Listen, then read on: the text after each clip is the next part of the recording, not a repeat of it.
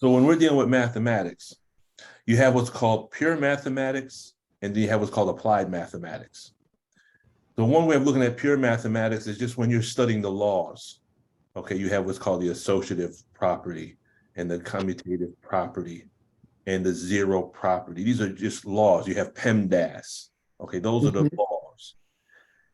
And then when we're looking at equations, we're really looking at how the laws operate.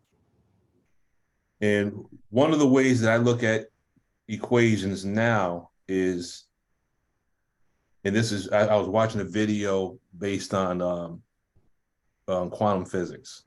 And one thing Einstein had mentioned that I thought was really interesting, but you don't really see him, you don't see people talk about this too much, is that Einstein came to a realization that it seems as though there is a consciousness that exists behind the universe. I mean, we already know that. They believe that the particles, when you deal with atoms and quarks and protons, these atomic particles acted as though they had sentience or consciousness or were able to think. Okay. So when you look at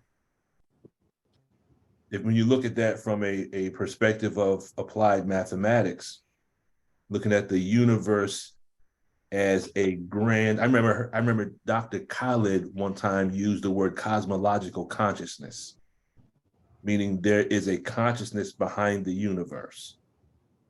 And to me, uh, the equations, well, let's look at it this way. When we deal with words, words are based on alphabet, correct? Yes. Okay, then we take letters, we take letters, we put them together to form syllables, correct? Yes. We take syllables and we put syllables together to form words, yes? Mm-hmm. Sir. And then when we take words and put them together, we get phrases. And then when we put phrases together, we get sentences, correct? Yes. Okay. Now, same principle applied to numbers. You take numbers, you put them together, you get what's called a monomial. Okay. A monomial, monomial. Okay. So when you look at the formula for circumference, 2 pi r, 2 pi r is it's called a monomial. And if I take a monomial and a monomial and put those together, I get what's called a polynomial. Okay. When I take polynomials and put them together, I get equations. So the same principle for language, as far as we'll say English, because we say that there's the letters that make up the English language, the same principle applies for mathematics. And the way I look at mathematics now is I look at equations as communications, as if the cosmological consciousness is speaking to us in the form of formulae or equations. Mm. And as we study the equation, we are actually learning what the universe is saying to us. Mm. And then when we can understand what it is saying, and then we produce another thought that might take us a little bit higher, we are communicating back to the universe saying, I hear what you're saying. And then when we say to the universe, or when we say to Allah, I hear what you're saying, then Allah will keep speaking. It's a cycle of action. Okay. So the more we study, the more we learn, and the more we apply, the more the universe, or the more that Allah will continue to feed us higher and higher into higher levels of mathematics. Does that make sense? Um, yes, yes, it makes sense. The more we learn, Mm-hmm. the more we grow, Mm-hmm. When I look at it like that. Mm-hmm. So as you're studying, okay, and I've asked this question many times before. Whenever you're studying, have you ever had that aha moment where something clicked and it took your mind to the next level? Yes. Okay, where did that understanding come from? Did you give it to yourself? No. Okay, so if you didn't give it to yourself, who gave it to you? Oh, wow. Mhm. Okay, so Allah says in the Holy Quran, Surah 69, Allah teaches it says, Ikra, read in the name of your Lord who creates, who taught man who created man from a clot. Read, and thy Lord is most generous, who taught men by the pen what man knew not. My belief is, this is just my opinion, that when we have those aha moments, that is like a gift that Allah is giving us. It has raised us by a gradient level closer to Him. Mm-hmm. Okay. And now, since we don't believe in a mystery God, when you have that aha moment, who could we say possibly specifically is giving us that gift or that jewel that's taken our mind up on a gradient level closer to Himself? Who could we say someone specifically is doing that? And who would it be? Yeah. Wow. Okay. Yeah, Master Muhammad. So then could we say through our study, we begin to take on a one-on-one, we're in the classroom with one of the scientists. Mm-hmm. Mm-hmm. It's just another way of looking at things. So when Mother Tanetta teaches, and I believe the minister has taught us that we'll be in that 20-year period, and specifically is, I remember Mother Tanetta speaking specifically about it, and someone please remind me at the end. I'll see if I can find the clip. It's a little like a 3 to 5, it might be a 3 or 4 minute clip of what Mother Tanetta Muhammad shares with us. But she had mentioned a time period where we would be taught directly by the scientist. Now, in the past, my opinion was that we were going to be in a classroom and we'll be sitting at desks, and there's going to be a scientist who's going to walk in the room and write something on it. But there's like, no, I don't believe that's how it's going to work. I believe for us to be taught by the scientists, we have to take on the responsibility of being engaged in the study of mathematics, physics, and science. And the classroom will become our own mind.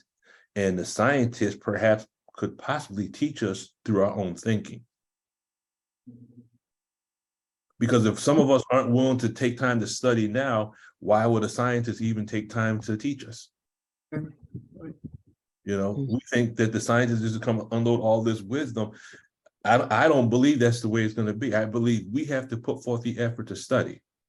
And I believe the tech, as given to us by the Honorable Minister Louis Farrakhan, one of the reasons why it's beneficial, it removes the barriers that we have, because some of us, we might have a desire to study, but we have our barriers that's holding us back. Some of us don't even have the desire to study. So if we don't have the desire to study, why would a scientist teach us? Right, right. So physics being applied mathematics. Mm-hmm. So would it be safe if I can picture in my mind to help me understand with the study guides? Mm-hmm. It's twofold. It's theory and it's practical application. So would that be a form of physics? Yes, ma'am. Because if you let's look at it like this. Can we say that mathematics is physics? Yes. Okay. So we can say mathematics is physics, because you really can't have physics without mathematics. Right. Okay? Again, my opinion, mathematics is a language. Just like you have a language and you have different dialects. Does that make sense? Yes. Okay, in language, you have different dialects. You can speak Spanish. You can speak Spanish. And I ran into this problem when I was in college. I took college Spanish, which they say it's more Castilian Spanish. It's European Spanish. Right. And I worked at a migrant Head Start program in my junior year in college. And I knew my Spanish was on point. And sometimes the Spanish-speaking people look at me and they say, "Okay." They didn't know what I was talking about, because some of them might have been from Mexico, from Guatemala, from Puerto Rico. So you have different dialects of Spanish. Mm-hmm. Okay. Some of the guys I work with at the firehouse, they one in particular, he's from Honduras. He speaks fluent Spanish, but he says there's certain words you can say in Spanish that mean one thing, but if you say it to someone who's Puerto Rican, they might try to cut you, because you have different dialects. And I say that to say this: mathematics to me is the primary language of the universe, but physics, algebra, trigonometry, calculus, those are all different dialects. Okay. So now if physics is mathematics, that means by the law of substitution, we should be able to substitute those two words, correct? Yes, sir. So then could I say, after learning physics, which is Islam, and Islam is physics, it stands true and you can always use it in no limited time. Could I say that? Yes, sir. So could we talk about, excuse me 1 minute. I'm on the computer. Could we say, instead of saying a mathematical theology, could we talk about a theology of physics? Yes. So what would a theology of physics be? The word theology means, by definition, is the study of the nature of God and his relationship to man, and the study of religious practices, principles, and customs. But then we put that along with physics, we could say that a theology of physics is the study of the nature of God, his relationship to man, and religious beliefs and practices through the language of physics, correct? Okay. So now when you look at the way you're looking at that with, like, you're making reference to self-improvement, I think. Yes, sir. Okay, self-improvement, we can look at it as a study program, but really the self-improvement is a science. You know, we call it self-improvement, the basis for community development. We call them study guides, but we don't, and I'm speaking generally. I think one of the reasons why we may not take them as seriously as we should is we just see them as study guides, but really that self-improvement program is a high science. It is a form of mental, theology, or a mental physics, really. See, that's what that's how I'm seeing physics in relationship to it being applied mathematics. Applied math. Yes, ma'am. So we learn our Islam through the teachings, and really self-improvement is applied Islam. Yes. Yes. Okay. So our Islam is theory and practice. Right. And the minister talks about theory and practice in the study guides. Okay. That answer your question? Yeah. It makes me see it better. And the reason I ask, and I'll probably ask again down the road, is because all my life I have never really understood what physics is. And even studying it with you, I think I understand it for a minute there, and then I wind up asking the question again, so I'm understanding it a little better. Keep in mind, every time you ask the question, it's just like putting oil on a rusty lock. That's all. That's why I don't mind the questions. You can ask the question 100 times, because if you ask it 100 times, by Allah's grace, you might get 100 different answers, and each answer will take us even deeper into understanding. Yes, sir. Yes, sir. So by saying applied, it's helping me see it differently, because that's how I learn. I learn through applying. Yes. So I understand it better. Yes, sir. Thank you. No, in an hour from now, if you hit another ridge, and you ask it again. Yes, sir. Okay. Thank you. You're very welcome. Go ahead, Sister Milani. Assalamu alaikum. I just wanted to ask, so just so that I'm clear as well. I mean, I think I understand, but I just want to be clear. So math is, I mean, physics is the type of math that is applied to the real world. Yes, ma'am. Mm-hmm. Okay. Yeah. I mean, because for instance, with engineering, they use physics and things to build things, bridges, the span, all this other kind of stuff. Mm-hmm. So it's math applied to the real world to build and create stuff. Yes, ma'am. That's one of the simplest ways to look at physics. It's just mathematics that's applied to, when you look at the meshed universe, matter, energy, space, and time. Mm-hmm. Yeah. Okay. Physics applied to matter. Okay, and we're gonna go into it here, but that's one type of physics. Physics applied to energy. We're gonna talk about that today. Physics applied to space. We're gonna talk about that. And you can't have any of those things unless you talk about time. You have to have past, present, and future. So Wow. so what happens is the way Western educational system explains things, it makes it seem like it's so complicated that you have to have a PhD to understand it. No, you don't. It's just based on how is the information presented.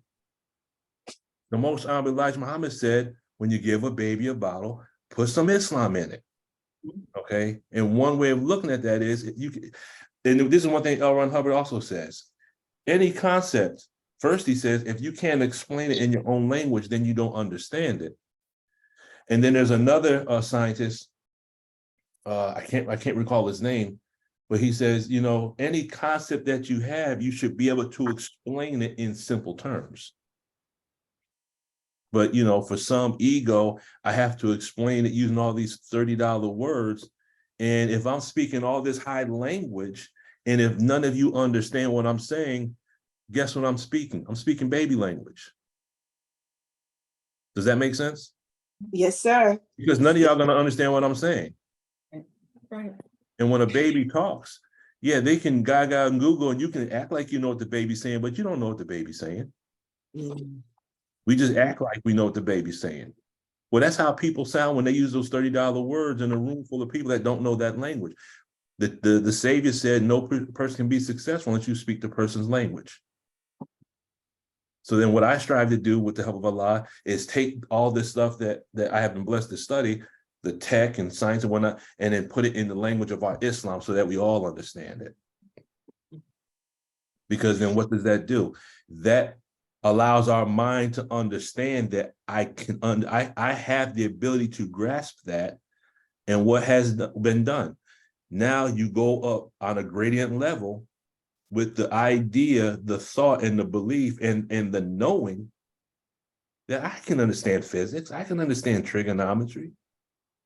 We just have to get past our own blocks. And those blocks were not put there by us. Right. My humble opinion, those blocks were put there by design. Wow. So Brother Lukman, Sister Milani, what she just said, that just took my understanding of physics even further, because if physics is mathematics applied to build things, right? Well, not just build things, but I mean, it could be for many things, but yes, physics, when you start studying, when you're dealing with engineering, you're building a bridge, that's physics, because you have to understand the concept of mechanical energy and force, and then you got to deal with materials. You got to have the right type of concrete, the right type of steel. That's a whole nother level of physics. Yes, sir. For us in the fire service, people just think we run up in these buildings and just throw water on fire. But no, we have to study what's called hydraulics. And hydraulics is called fluid physics. It's the physics of liquids.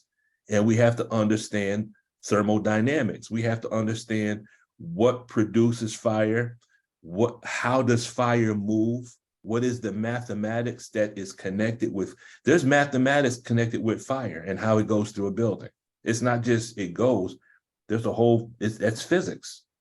Yes, sir. So by her saying that, it made me see in the substitution, physics is Islam. Yes.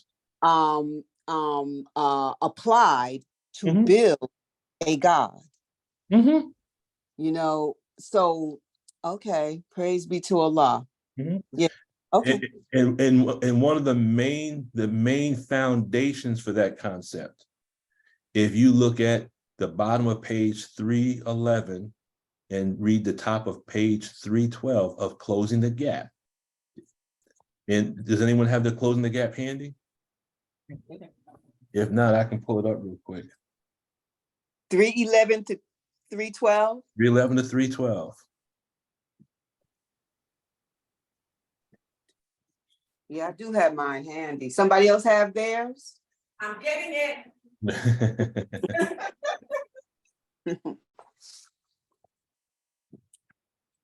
Okay. Okay. 311. Okay, now go down to the last paragraph at the bottom of the page. Okay. It says a religion whose origin or roots cannot be found in the universal order of God's creation cannot be said to be the religion of God. The top of 312. If your religious roots are not found in the universal order of things, it is not from Allah God. Okay, Almighty Allah has taught me that if we study the universe and the nature of the earth, its plants, animals, and insect life, if we study this part of Allah's creation and the natural laws working among them, we will have the key to the understanding of the way of life intended by God for you and me. This is the language of a scientist. Okay, so now let's chew on that one paragraph for just a minute. Where you see the word study the universe and the nature of the earth. Nature is a key word, but then he also uses the word the natural laws. When you talk about the natural laws working, right? The natural laws is when that's the physics. Right. Yeah.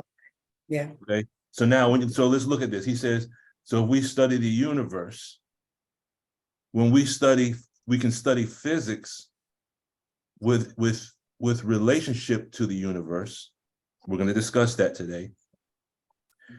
When you look at plant life, there's a topic called because botany is the word used to study plants. You have what's called botanical physics. Physics applied to plant life. When you look at animal life, so now you're talking about what could be seen as zoology. So there are different branches of physics that apply specifically to animal life. Insect life, you have physics that is applied specifically to insect life. So he says, and if we study this part of Allah's creation and the natural laws working among them, so we're talking about what exists on the earth and what exists in the heaven. And you can study physics as applied through the things that take place in the universe and the things that take place on the earth. And then when we study the physics of that, what does he say? He says, we will have the key to the understanding of the way of life intended by God for you and me. So that tells me that the universe physics and the earth physics is a demo kit that teaches us what? The way of life. Wow. Wouldn't the way of life be the same as I've given you Islam as a religion? Yeah. So then in studying the universe and studying the physics as applied to the universe and applied to what's on the earth, when you deal with what's called life science and mathematics, based on this quote from page 312, this is how we learn more about our Islam. Because it says what? It says after learning mathematics is Islam.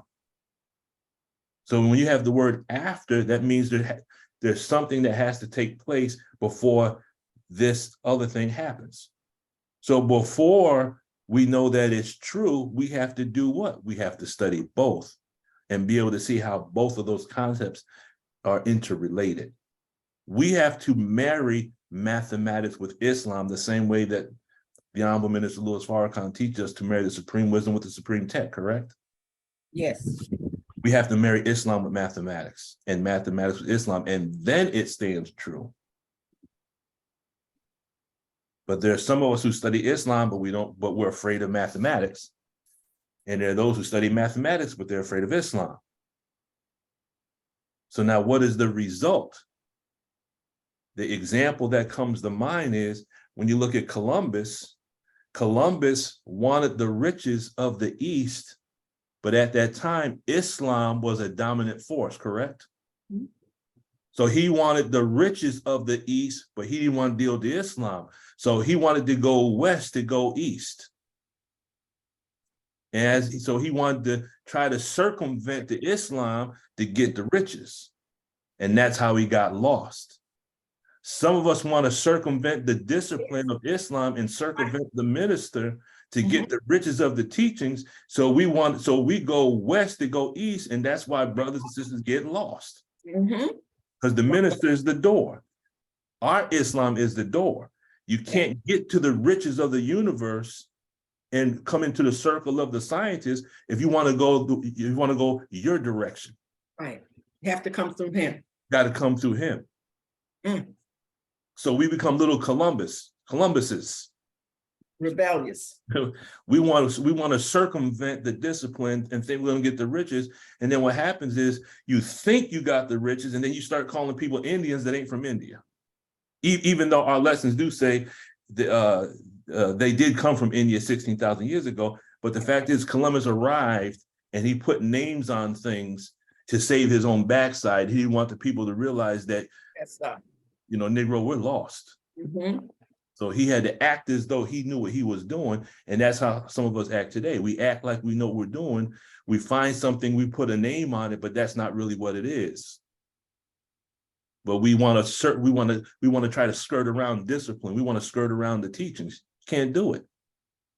So just be Columbus. Just travel west to go east and get lost, and then done with it.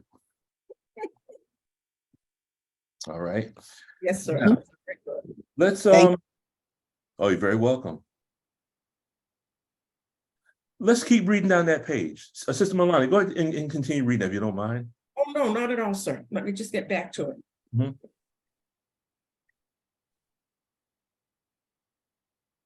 Okay, it continues.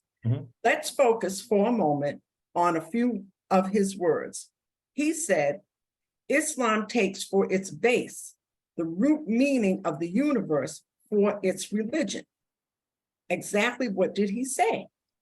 He said that we are or will grow to be living our lives every day based on an understanding of Allah's root meaning of the universal order of his creation.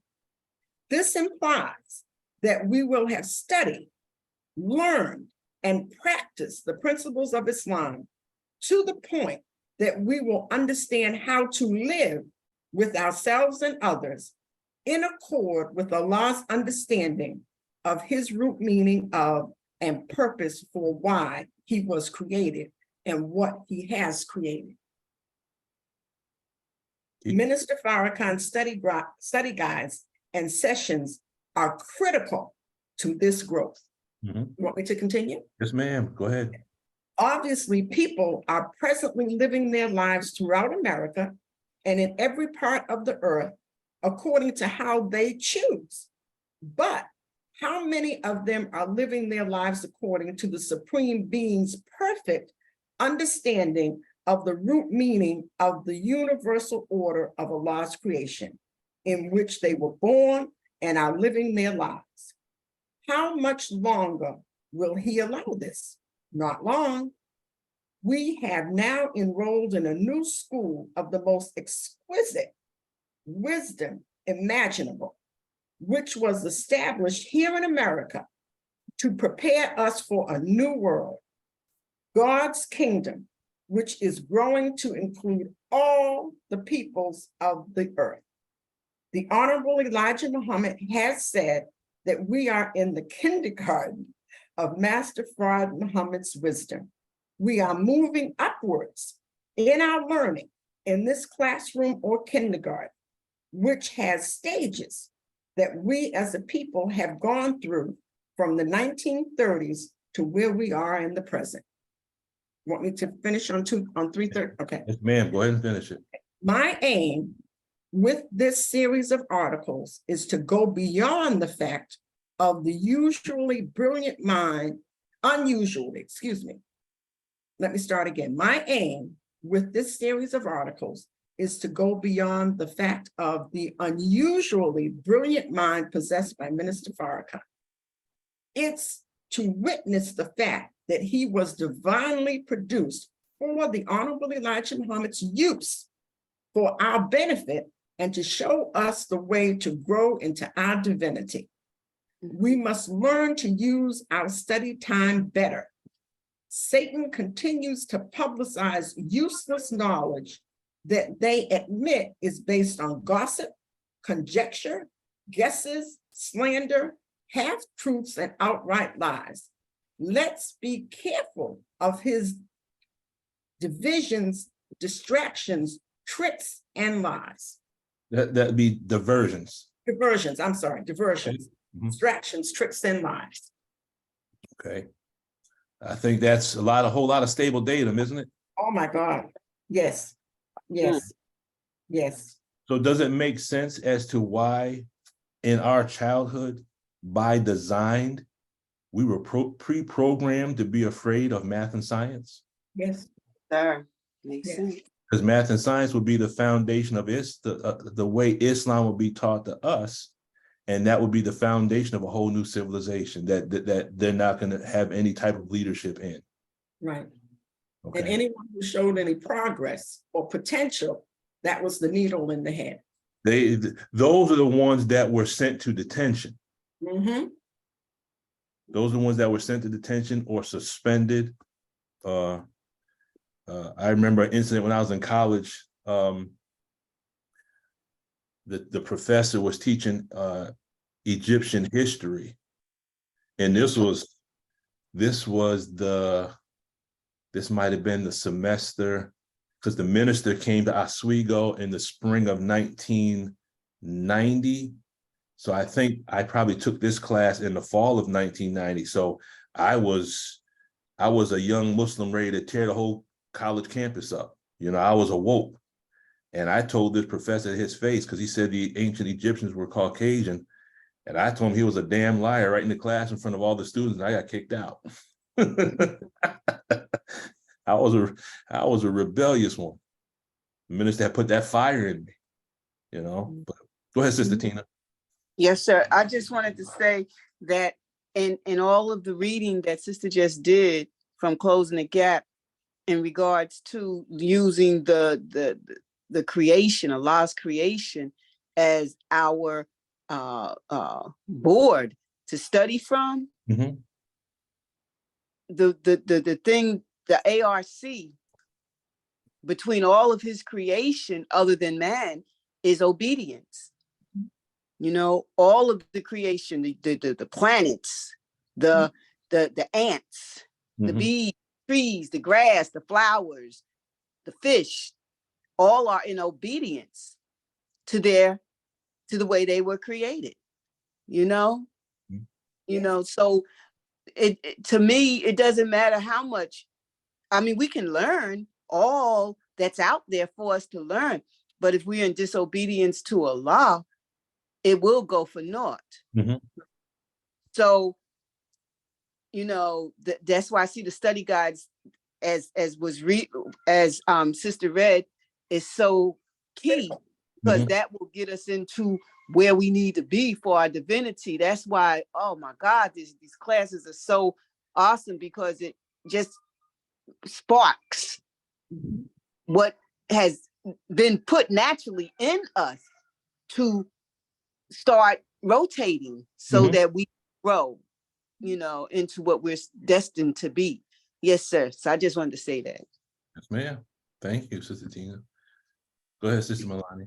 Yes, sir. I just wanted to mention, Brother Minister actually did a lecture, and I think it was obedience is the greatest form of, I think it's a sacrifice or something, but in the tape, he just basically said exactly what Sister Tina was saying. That obedience is more than any, I think was the greatest form of sacrifice or something like that. And Obedience is better than sacrifice? something like that. And he was saying that obedience, that as she said, that's what it is, being obedient. That's the key. Yes, ma'am. Yes, sir. Now, because what is obedience? Submission. Obedience is submission. There's a law in physics that says,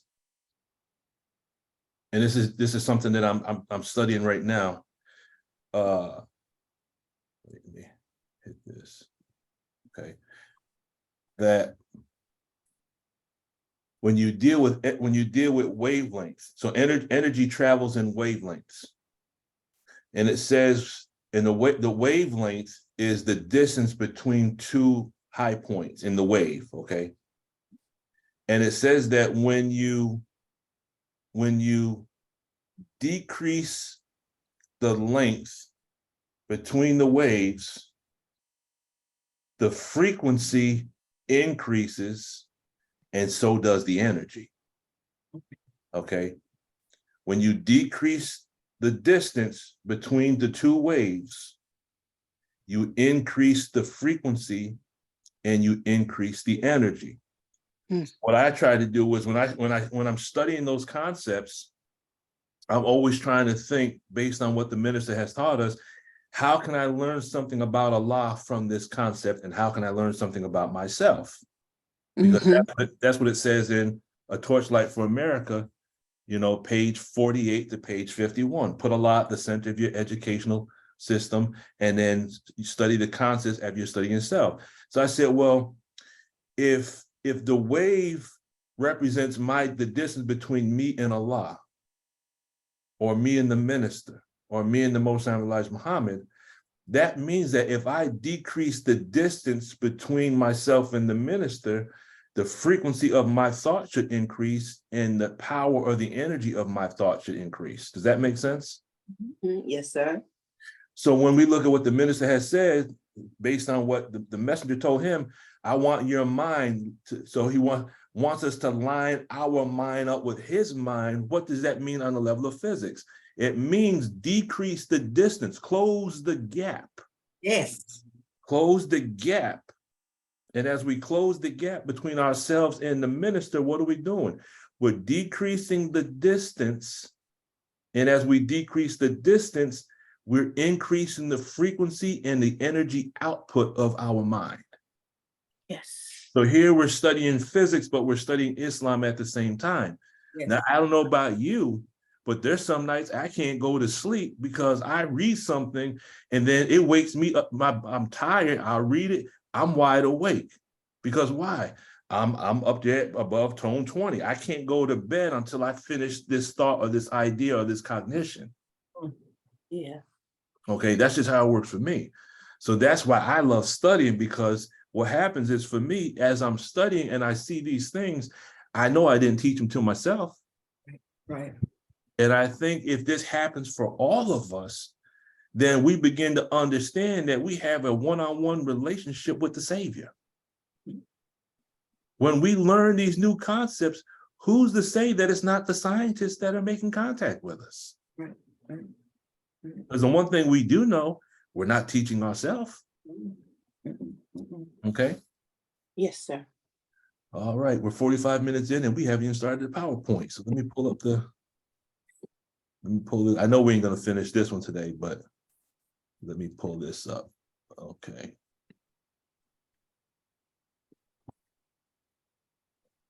Right, let me get my screen in order.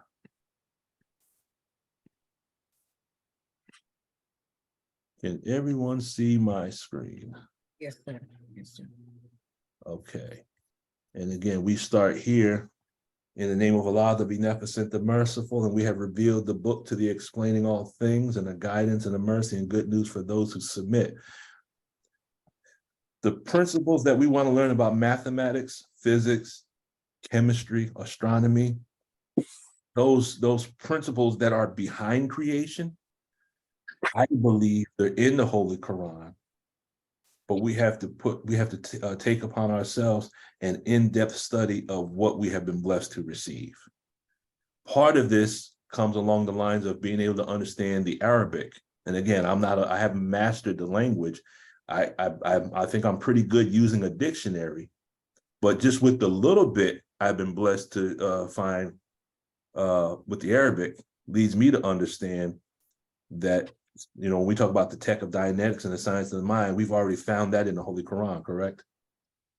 Yes. But all these other levels of mathematics and physics, they're in the Holy Quran, but they're in a language that is allegorical. Does that make sense? Yes, sir. Some of its verses are decisive. They are the foundation of the book, and others are allegorical. So the laws of physics and mathematics and chemistry are in the Holy Quran, but the language in which they're there, we have to really be forced to use that, as we call that right side of our brain, or that feminine side of our brain, to extract these laws, principles, and postulates. Does that make sense? Yes. Okay. So today is Dianetics, Islam, and a knowledge of self, but we're going to use physics as a demo kit. Okay. Now you don't need a calculator. We're not going to do no calculations or mathematics or nothing like that. But we're going to look at specifically a concept called magnetism. So magnetism as a demo kit. Our lessons ask the question, how old was the founder? The answer is, when Yaqub was 6 years old, while playing with two pieces of steel, he discovered one piece had magnetic in it and the other piece did not. Then he learned that the piece with magnetic attracted the piece that did not have magnetic in it. Then he told his people that when he was old enough, he would make a nation that would be unalike, and he would teach them trick knowledge, and they would rule for 6,000 years. Now, we're familiar with this lesson, correct? Yes, sir. Okay. Now, the key word here is playing with two pieces of steel. Now, we can look at that as if Yaqub was playing with steel. But now we look at the fact that he was playing with steel, which were magnets. And then by playing with the magnets, he extracted a principle by which he put into effect to gain mastery over a people for 6,000 years. Can we say that the playing with the two pieces of steel was the same as a demo kit? Yes, sir. Yes, sir. And he got a cognition that didn't come from him. He didn't give it to himself. Yes, right, sir. Because it was written of him 8,400 years before he was born, correct? Yes, sir. Okay, so he had a cognition. He produced a postulate in the language of the text. He was playing with the steel and came up with an idea, a postulate, or a cognition. Can we all agree on that? Yes, sir. And based on playing with that steel, he extracted something from that to be used that would become a whole world of knowledge that would last 6,000 years. We all understand that part, right? Yes, sir. Okay. So now, but let's look at the word play from a different perspective. We know play represents a recreational activity, yes? Yes, sir. Okay. But the word play also means the state of being active, operative, or relevant. Okay. So the premise, or one of the foundations of what we want to look at today is, if Yaqub could come into an understanding of who he was based on playing with steel, could everyone on this Zoom meeting come into an understanding of who they are by playing with physics? Yes, sir. By playing with mathematics. And by the word play, I'm not saying play as in mathematics is a toy. I'm saying, can we look at mathematics as being active, operative, or relevant? Yes. Can we look at physics in a way that is active, operative, or relevant? Yes. So if we see physics as relevant, then we're, quote unquote, playing with physics. free of unimpeded motion. Meaning, can we remove the ridges from our own thinking so that we can make physics active, operative, or relevant? Yes. And the impediment we have, in the word impeded, what is the root word in there? Unimpeded, but what's the root? There's three little letters in there. Let's see if you can find it. Imp, Imp. And what is an imp? a little devil. Imp is a little devil, right? Sister Milana, you like that, right? Okay, so to impede something is to block. In physics, when you deal with Ohm's law, you call that resistance. And resistance is that part of the wire that is the counter effort to the flow of electricity that goes through the wire. In the fire service, when we do our calculations, we have to calculate what's called friction loss. Because as the water travels through the hose, the material that makes up the hose causes friction with the water. So we have to calculate for the friction loss in our calculation. We have to compensate for the friction loss. Everything we study, there's going to be a counter effort. For some of us, the counter effort, it is so great, it actually stops us from studying. Does that make sense? Yes, sir. You know what, Brother Luke, when I just looked up imp, and one of the definitions, which they say is obsolete now, is graft. Graft? Graft. Isn't that interesting? Yes, sir. So a little devil is something that's been grafted into us. Is that what you're saying? Yes, sir. Yes, sir. It's also, it says obsolete. Shoot, bud, also graft. Wow. Okay. I didn't see that one. Thank you, Sister Tina. Yes, sir. So to be free of unimpeded motion on one level is study with a clear mind. Does someone have a statement? Someone say something? Okay. It means to act so as to prove advantageous to another. So as we're studying physics, we want to prove that it's advantageous to study it for ourselves, or we want to show that it's an advantage for others to study it as well, correct? Yes. To gain approval. Well, the first one we want to gain approval is from ourselves, correct? Mm-hmm. And as we understand concepts that we thought were complicated, and then we begin to understand them, isn't that called case gain? Yes, sir. Don't we begin to look at ourselves from a different perspective or in a different light, as though we say to ourselves, I know I can accomplish all things through Christ who strengtheneth me? Yes, sir. Okay. When we have that attitude and that mindset, what it does is, at least for me, it helps me to take on the mindset, I become hungry to learn everything. Because now I know everything is going to teach me about Allah, the universe, and myself. Okay.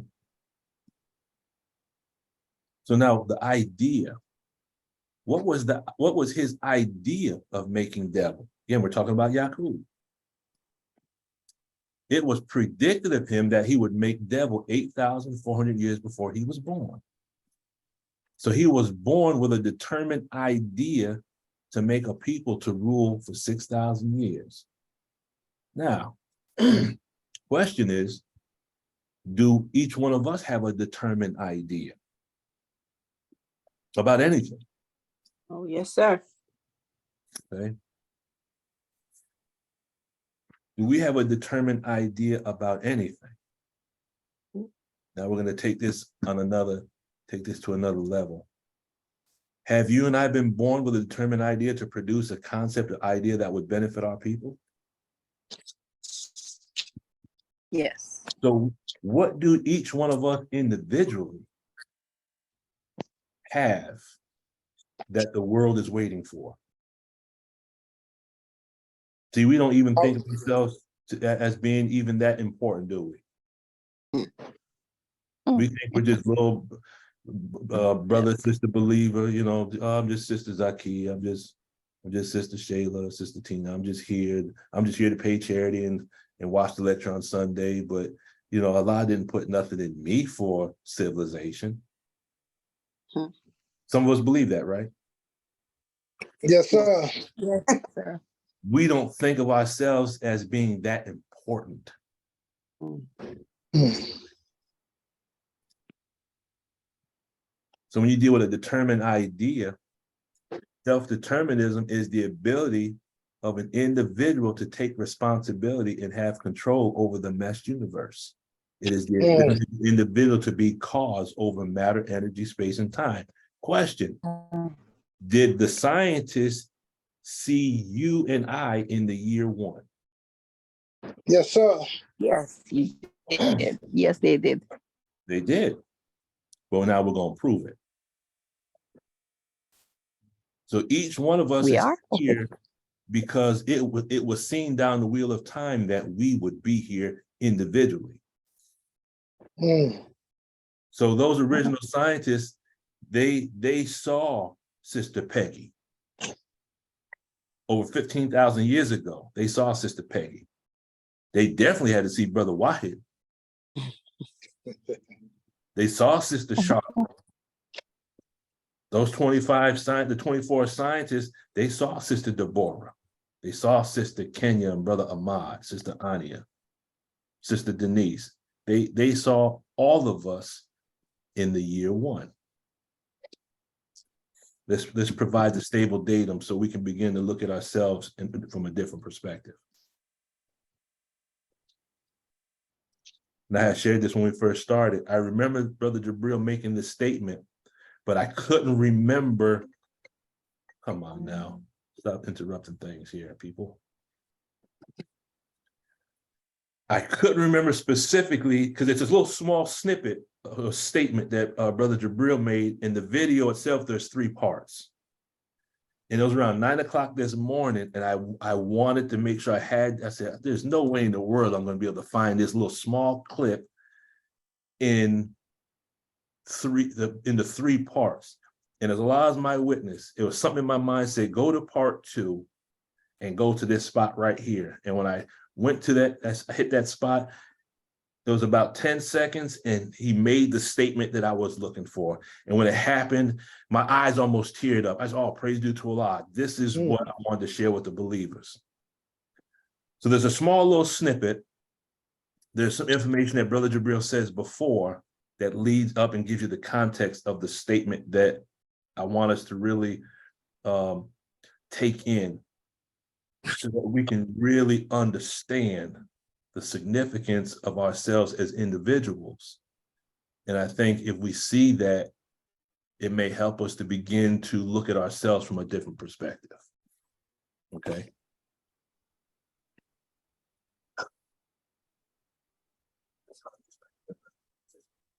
See. Why would we allow to go all the way down to 0? Huh? As the minister guided the Jews, he said, look, it's not just what happened to you, but why did God permit it? Why were we allowed to go down this? Now you got Shabbat 50,000 years ago. Looking at now, he saw us going under 50,000 years ago. Now, Elijah Muhammad did say some of the scientists, most of them saw 25,000 people. Every now and then there was some who saw 50. A rarer number every now and then said 100,000 years.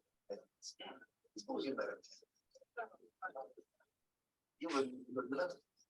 You would hide, walk the Jews from you so you wouldn't frighten you. Okay, now you got these 24 black men looking down the road. Could they have stopped Yaqub from becoming certain? God never wills evil. He permits it. Whenever he permits evil, it's for a higher purpose than himself. Okay? He can't see Yaqub coming. You also saw Master Drama. You also saw the Honorable Elijah Muhammad. I know the question that I want to ask you. You're already at this point 35,000 years down. Okay? Got that? And at the time these men are looking into the future, there's 35,000 years in the hole already. The jungles of East Asia down. They're still going down. We were to fall as far as we could fall on our own. 29,000, roughly 500 years, we fell on our own as low as we could go. And then the white man took us the other 500 years, beneath which we couldn't take us. Okay? Now, let me just go a little bit more and then stop.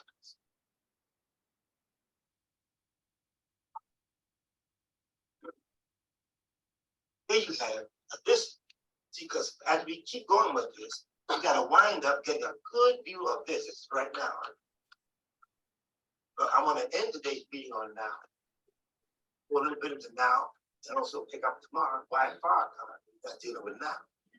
Okay? This now deal with yourself. Why him? Why you? Okay? Now. So we're already 35,000 years down as of this time. Now, to become tough, to become stronger. That man knew. Now look. What do you mean he knew we were going to go into this? You're talking about this implies a decision, does it not? It implies a decision in the thinking of the top beings. Let that thing that's coming be. Now the scientists knew there was something in us that had never been given expression. These are the scientists 15,000 years ago who made the decision that it be its time. They see Master Farah Muhammad, Elijah Muhammad. They see Louis Farrakhan. And I have to tell you, beloved brothers and sisters, they saw each of you coming. You don't think they can. You ain't dealing with those slouches. All right. Say, could they see that being? Yes, sir. You don't measure them by you. You go in there one day. Start when you eat 1 meal a day. That's how the scientists eat 1 meal a day and less. Scientists don't eat 3-4 times a day unless they get ready to die. That's right. When it's deep in the out of you. It's like kind of like slow suicide. Kind of pleasant because it tastes good.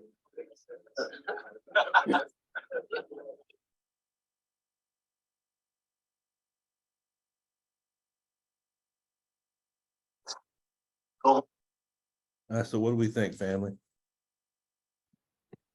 Good, I like that. Want to touch on that before we go forward? Yes, sir. How the scientist was able to see down the sands of time, even up to each and every one of us who sincerely followed the Honorable Minister Farrakhan today. The scientists did not only see Master Farah Muhammad, the Honorable Minister Farrakhan, but they seen each and every one of us who are sincerely with the Honorable Minister Farrakhan.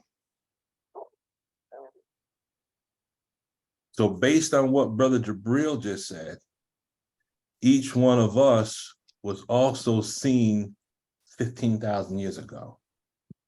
That just that alone should make us look at ourselves in a different light.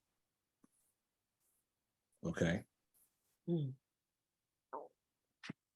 I add to that? Of course, brother. Go ahead, I brother. think if each and every one of us really begin to really analyze our own individual selves, there are moments in our life that we knew that we was here for a divine purpose. Mm-hmm. Like I shared with you many years ago, that as a young boy, like 11 years old, in my mother's living room, I was looking out the window and I was saying to myself, I must have been here before. I don't know why I said it, but in my mind, I felt like it's a purpose why I'm here. Mm-hmm. And it wasn't until I heard the teaching of Most Honorable Elijah Muhammad, I knew I had a connection and understanding that. And as I grew in the knowledge of the teaching of Most Honorable Elijah Muhammad, I come to learn that I was born for this mission. Mm-hmm. You know, but as a young child, 11 years old, I had a glimpse of that, but I fully couldn't understand it. But I'm quite sure each and every one of us that's on this line, there was moments in our life that we had a glimpse that we had a purpose in this life. Mm-hmm. There's a lecture called The Man and His Mission. And I always make reference to this lecture because it was one of those lectures that was a serious turning point in life. I remember the first time I heard the lecture was in 1993. And one of the things that the Honorable Minister Louis Farrakhan says in that lecture is, and I'm paraphrasing it, he talks about your purpose. He says, when you find your purpose, it's like love at first sight. Yes, I remember hearing that. Right. And then he says that he's also spoke to the point that you will, you know, what you will do, you'll do it effortlessly. Other people look and you say, how do you do that? But for the individual, it's just like breathing. It's like no effort. It's just what you do. Yes. And he made reference to the fact that it's like you were born to do it. So other people look at it like, damn, how in the world do you, like we look at the minister. How does he do what he does? He was born to do it. That's right. You know? So to us, it looks like it's a tremendous, oh my God. To the minister, it's just like breathing. He was born to do it. So what we have to do individually is we have to find those things, or first find that thing that we enjoy doing, that we do effortlessly. Because when we find that thing, that's part of one of our connections to higher self. That's the bridge to the bridge to the God that connects us. And then the more we do what we're born to do, other avenues and other doors will open up to show us that there's even greater things that we're born to do. That's right. Sister Milani. Assalamu alaikum. It just reminds me of the scripture as well that says, many are called, but few are chosen. And so I think there are some that are chosen to actually be born to be helpers with him. So many will come, but there are some, I think, that were actually born and chosen, you know, to help him. And so for me, that hits that chord. And, you know, I'm thankful because, I mean, we're recording, so I won't go, but literally, I know I owe my life to Islam. I don't know what the purpose, why Allah wanted me here, but I owe my life to Islam, and I'm here because of Islam. I know that beyond a shadow of doubt. I won't go into any more, but yes, sir, most definitely. Yeah. Thank you, Sister Milani. Yes, sir. Sister, if there's something you wanted to share to the group, I can pause the recording if you want to share something. All right, so if you want to do that, that's fine. Nope. All right, Sister Tina, go ahead. I have a question. Mm-hmm. Okay. Because of the technology that the minister gave us in these classes, you know, Brother Pateen's class, this class, Sister Belinda and Sister Jacqueline's class, especially this class right here, I'm starting to discover my gifts. Praises to Allah. Yes, all praise is due to Allah. However, due to the limitations that Allah has allowed to bestow upon me, I have great counter effort. So, what is that all about? The counter effort. I know that in Science of Survival, L. Ron Hubbard says that the mess universe, you know, whatever is outside of ourselves, we're meant to conquer it and use whatever is there as an obstacle, get out of it what we need to conquer, what we need, then conquer that. You know, but that's easier said than done. So the counter effort, Brother Lukman, if you're understanding what I'm saying. I understand. So how can I overcome the counter efforts due to the limitations? You know, like, okay, my blindness for one thing. You know, that's a limitation. That's a great limitation. Yes, yes. So so how do I do that? Well, I'm gonna give you 2 points. First point, does anyone have the Supreme Wisdom handy? Yes. Can you read Lost Found Muslim lesson number 2, question number 38, please? Give me a second. And whoever gets it first wins. Say that again. What number was that? Lost Found Muslim lesson number 2, question number 38.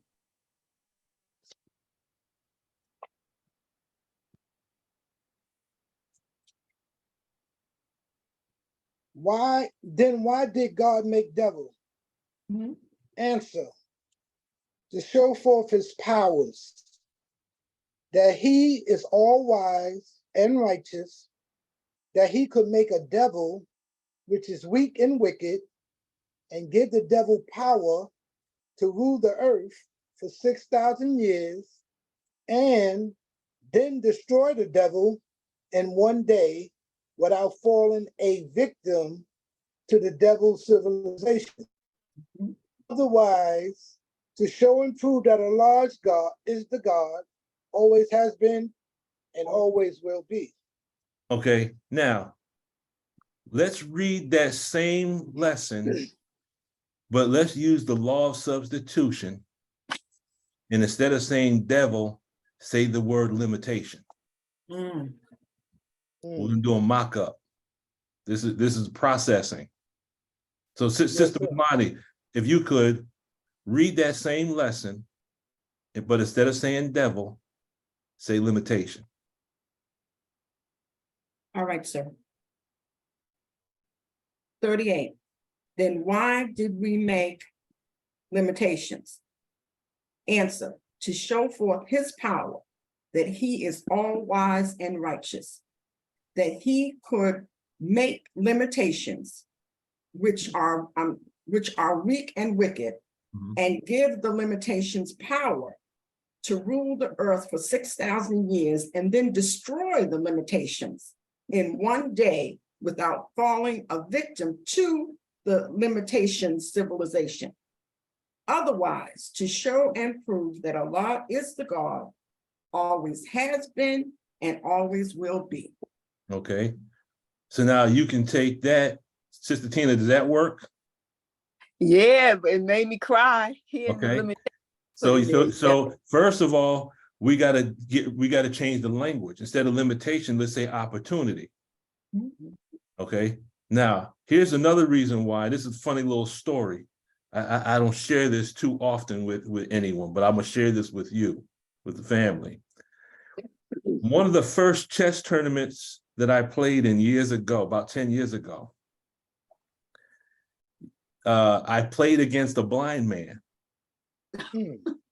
Okay, so they have certain chess boards that when a person's blind, the chess boards are made in such a way they play by touch. They can touch the board, and he just knew where all the pieces were. This blind man beat me. Okay, so the point is, don't look at it as a limitation. Look at it as, okay, Allah has permitted this perhaps to sharpen up one of your other senses that is specific for your work. Meaning it's possible if you had your sight the way we have ours, it might not allow you to manifest what Allah has in store for you. So sometimes things are taken from us. Remember that let's go back. Let's go back a little bit to this one point. When Moses walked with the wise man,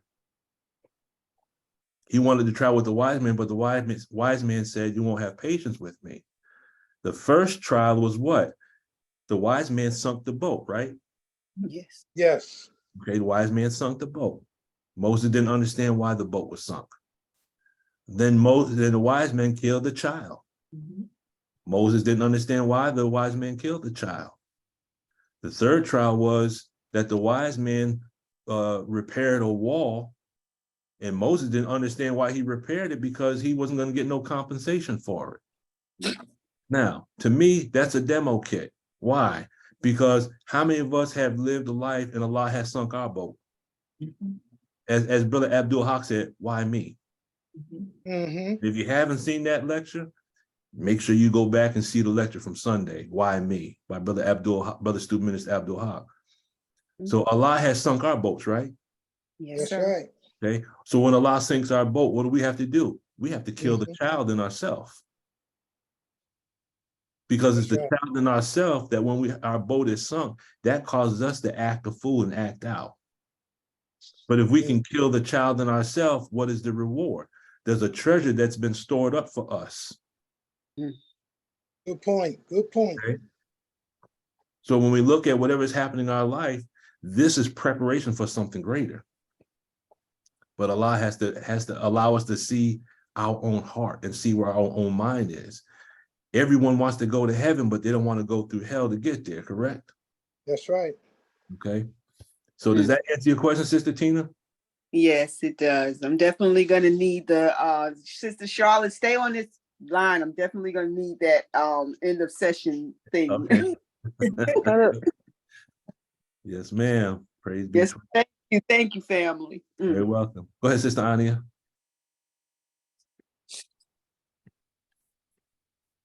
You're on mute, Sister Ania. Assalamu alaikum. Walaikum salam. When you played the clip by Brother Student Minister, excuse me, by Brother Minister Jabril,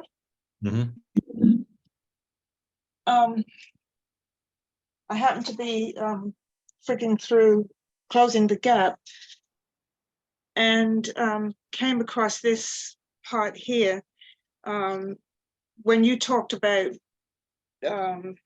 us being here for a purpose, you know, that Allah,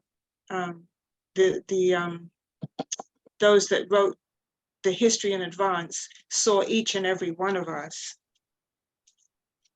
and how we have to ask ourselves, what is it that we're here to do and what's our purpose? So on page 305 and going into 306, Minister Farrakhan is talking about Abraham, and the part where it says, surely I have turned myself to thee, O Allah, to him who originated the heavens and the earth, and I am not of the polytheists. And then his minister says, I ultimately have no other teacher to focus on but you. O Allah, thou art the king, thou art the master teacher. There is no God but thee. Thou art my Lord, my nourisher, my evolver, my sustainer, my grower into perfection. You're the only one, and I am of those who submit. Then the minister says, that is the heart, mind, and soul of Abraham. That's what made him the friend of God, and that's what will make any good student the friend of the master. And then the minister says, I submit, I surrender, I yield myself over to your mastery of that which I hope to become. Now put yourself in me. I tell you, that is love to the 19th power. And so that made me think of that, of your words about the writers of the history seeing us, and that we are here for a purpose. So by us submitting and surrendering and yielding ourselves over to the mastery of Master Fard Muhammad and asking him to put himself in us, to develop in us that which we hope to become. And then the other thought that I had was when you mentioned counter effort, it took me back to that wobble in the beginning of the creation, and that the earth was not created perfectly round, and that there was a wobble in the motion, and that Master Fard Muhammad has gone back into the mind of the original creator. And I see that what I saw was that Master Fard Muhammad is here to straighten out that wobble, and that quite possibly when we talk about counter effort, that counter effort is that problem that existed from the beginning. So that's just a thought. Yes, ma'am. Thank you. I did see Sister Shayla's hand up for a split second.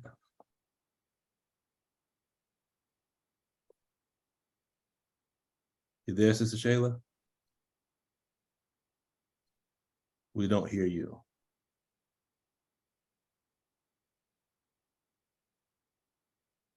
I see you're off mute, but we don't hear you. No? Oh, there you are. So I just wanted to contribute something.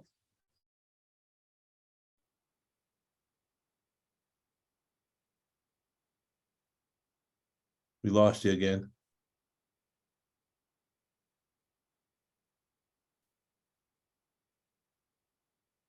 What's wrong with my internet?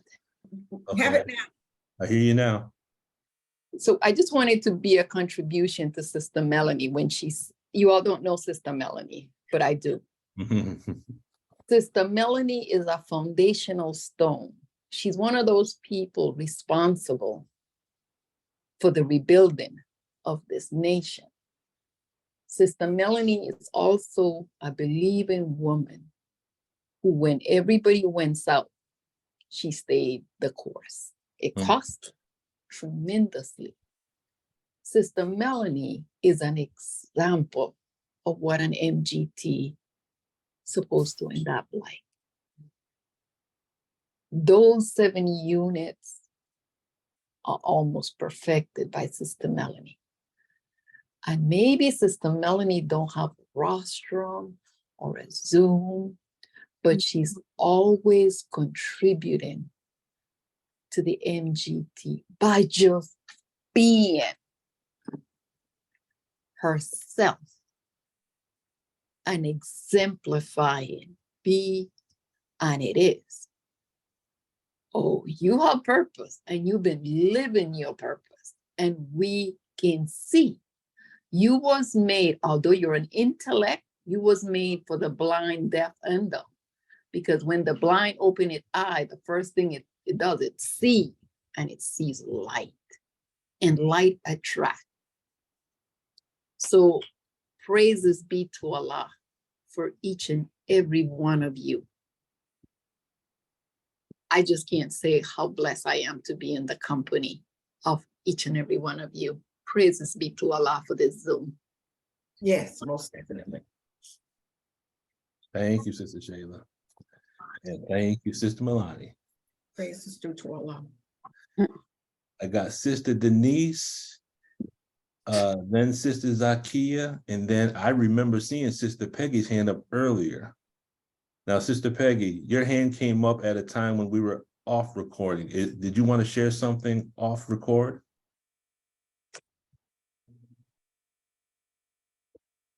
No, sir. I wanted to find out if the physician that delivered your mother was the same one that gave her the shot. No. The physician, and it's funny that you asked that. The physician that gave my mother the shot was a Caucasian male. The woman that delivered me, and it's funny because Brother Salam, who's right here right now, when we were going through the tech back in 2011, 2012, he brought me back to a prenatal and I re-experienced my childbirth. And it was, and it verified what I already known, because my mother had told me about my childbirth. It just so happened the woman, if I remember correctly, was a real small, tiny Asian woman. And it was a blessing that she was so small, because she actually had to take her hands and put them up into my mother's womb and pull me out. Wow. Praise Sister Toya. So she was a real small woman. And when Brother Salam took me back on my prenatal, Brother Salam, you remember that?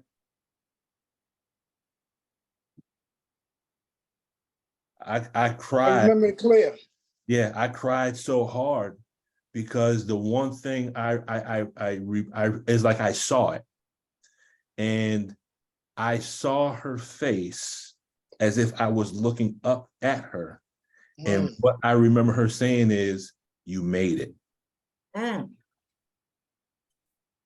And by her saying that, I don't know what it was, but that was probably one of the largest releases I had when we were actually learning how to do the tech back in, that was 2011, wasn't it, Brother Salam? Yeah, before we graduated. That was in before we Chicago. graduated. Yeah, brother Yeah. took me back to that prenatal, and I remember her saying, "You made it." It was as if she knew the damage that had been done, but still it even with all of that happened, that could have happened, by Allah's grace, he didn't permit it to happen. And he put the right doctor at the right place at the right time, who was the right size to get me out. Can I share something with that? Yeah, go ahead, Brother Salam. That was the first time I ever ordered someone who went back to the prenatal experience. And I was amazed, because when you was in that experience, you was actually there. Mm-hmm. You was actually having the experience of the trauma experience of going through all of that when she was taking you out and all that. And I was amazed. I didn't even believe I took you back that far. But all praise is due to Lord. You had that experience. Mm-hmm. And that was an experience for me as well. Mm-hmm. Yes, my son had that experience. He told me the day he was born what exactly happened. And I'm just want to be audited enough time so I can go back to my birth. yes, ma'am. Yes, ma'am. Well, that's why we have to pick this technology back up.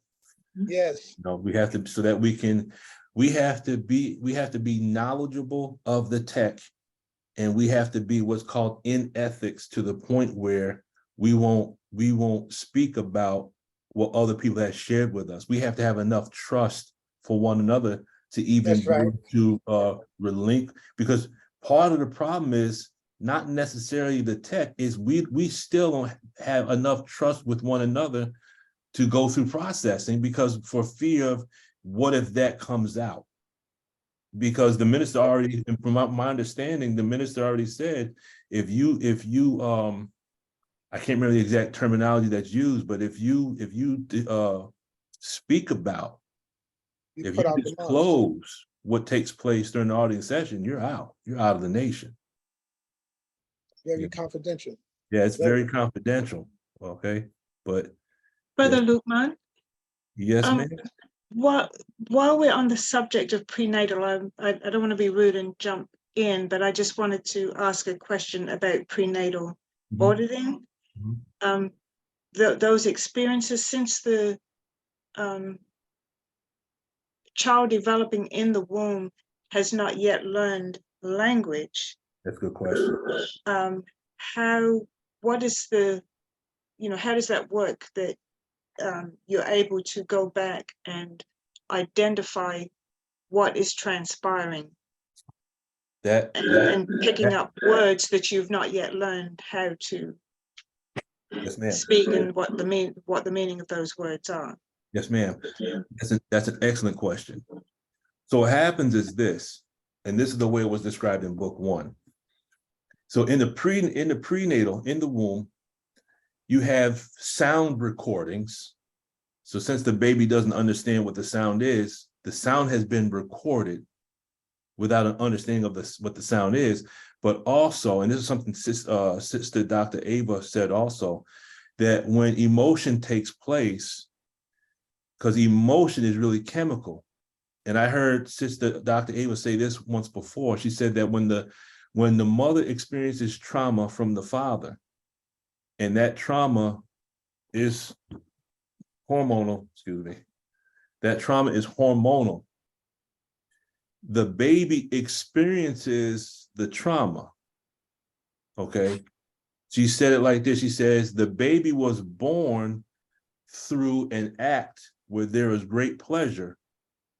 And now the baby's made to feel as if no one wants it. She said, it's like inviting a child to a birthday, and then you don't want the child to be there. So it was something along those lines.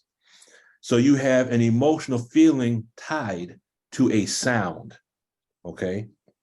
So now that sound, you have the trauma, you have the sound, so you have the ingredients for an engram, correct?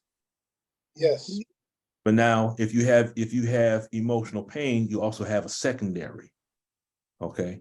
Now, that sound recording means nothing, but it's still there. It's a circuit. When the child is born, eventually the child is going to learn language. And if it hears the same statement that is equivalent to the sound it recorded, now you have the key in.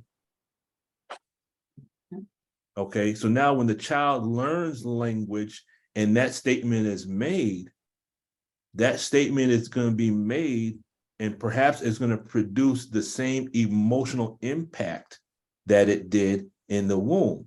So the only difference is when the baby is in the womb, it had the emotional pain connected to a phrase it didn't understand, but now it hears something that turns on and clicks on, because now that in the child's mind, I understand what that statement is now.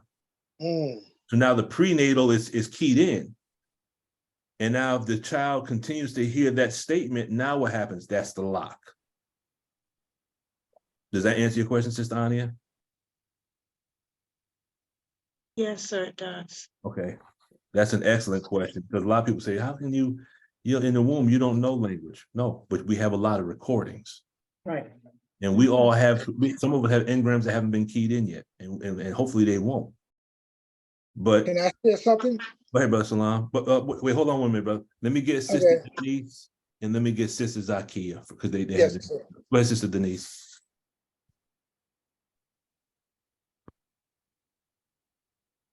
Yes, sir. I didn't want to stop the thought process because I was thinking about the word. It was a word and then that word took me back into the womb, because she said, that's not the first time you heard that word. And when she said, go back, and then I went back into the womb of my mother. So I thought that was the first time I heard the word, but she said it wasn't. And when I went back into my mother's womb, and I was, I hadn't heard my mother's voice. I'm like, is that my mother? Who's that bouncing around? I realized it was me in her. And that was the first time I heard that word, was in the womb. I said, wow. So oh boy, I'm just enjoying everybody. I don't want people to lose their thoughts. Brother Salam and sister, Yes. I can wait. No, go ahead. Take your time. Yesterday, the storm came. All the trees in the park was down. Well, just about all of it was just laid out, all in the park, and they broke off, and big limbs had broken off, and I wanted to walk in the park. I just wanted to walk, and my sister said, it was a storm. I said, yeah. You see all the trees down? I said, yeah. You gonna walk? I said, yeah, I'm gonna walk 5 times. We gonna walk. And I didn't know all those trees were down like that, but I came to walk. And I recall saying, now they have a disclaimer, don't try this at home. But I'm not saying don't try it, but I guess my faith was, I'm walking that park today. And you know, whatever Allah did, He did it. I'm walking the park. And sister and I started walking, and there was nobody walking the park because it's like we're not going out there. All those trees out there that has already fallen. And I said, I gotta walk this park, you know, this one. And I started walking, and I started saying, though I walk through the valley, I will fear no evil. Like, and I walked it for 5 times. And the second or third time that we were going around, the lady had her 2 babies and her child on a bike and a husband. They got on the trail, and other folks got on the trail because we didn't see anybody, okay, or anyone. And I, you know, when it was over, she kind of looked at me, and I recall my faith, you know, because it's like now I don't make it a habit walking into dangerous situations. I just want y'all to know that, okay? It was, I'm going to walk this trail and nothing's gonna happen. I'm just gonna walk it for 5 times and then I'm out. And I did that. And when I left the trail, you know, I thought about how strong my faith in Allah had been. And I, you know, where you saying push the envelope, but I don't know, Brother Abdul, he did something to me Sunday. Yes, he did. I don't know, I can't speak for everybody else, but I know he did something for me. He reminded me of how much Allah loves us, you know, and the eating the rattlesnakes, climbing a mountain 40 miles high, just to teach one how much Allah really loves us. And so I don't know if the people had the same faith I did, but they saw us going around and it looked like we weren't going to stop. And they just got on there. I guess they said, she going around. Now, I don't know, you know, she had her babies with her in the buggy. So I was really looking at her, you know, that she had her whole family on the trail. So I was just thinking a lot because it's like when your faith has no doubt in it, you know, you believe so strongly, and others may be fearful, like they were of David.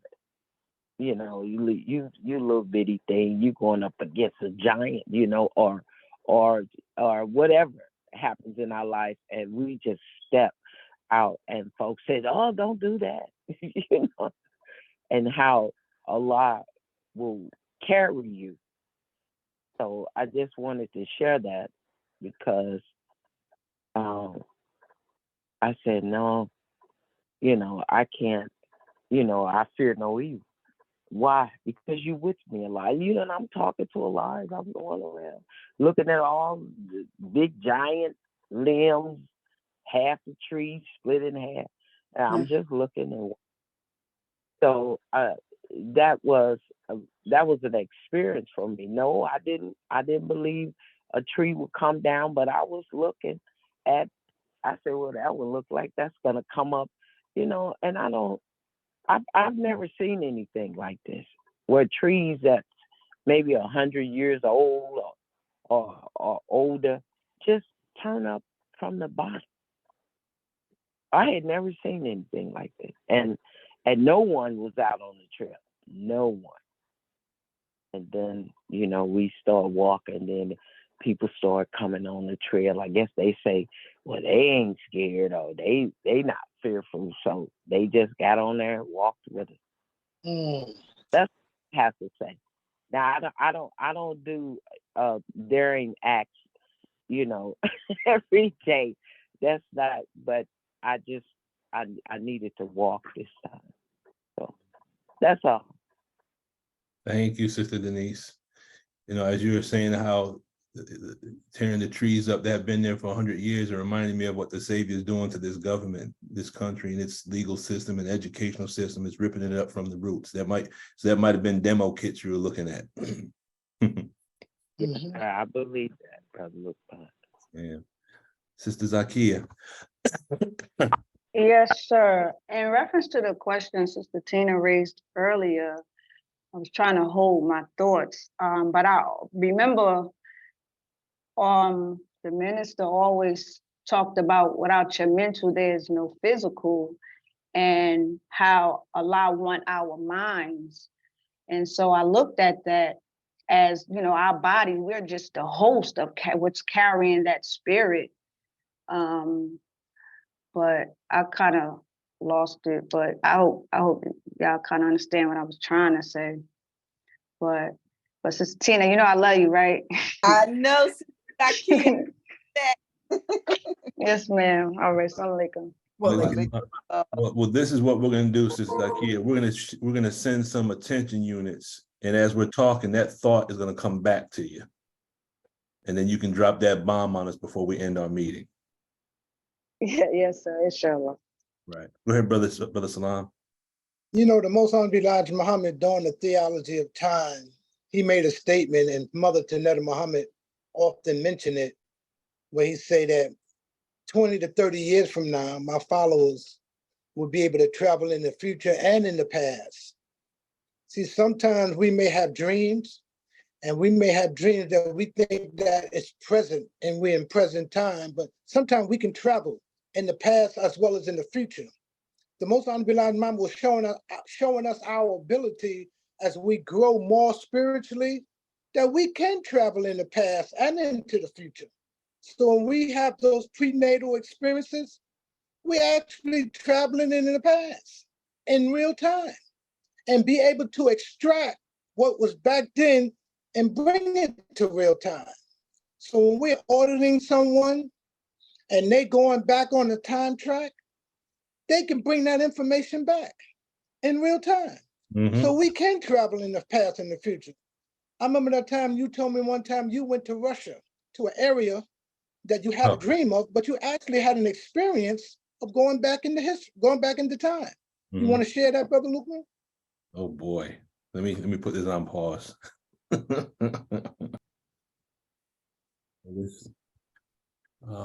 Okay, we'll see if we can go a little bit further, and then we'll have to do this.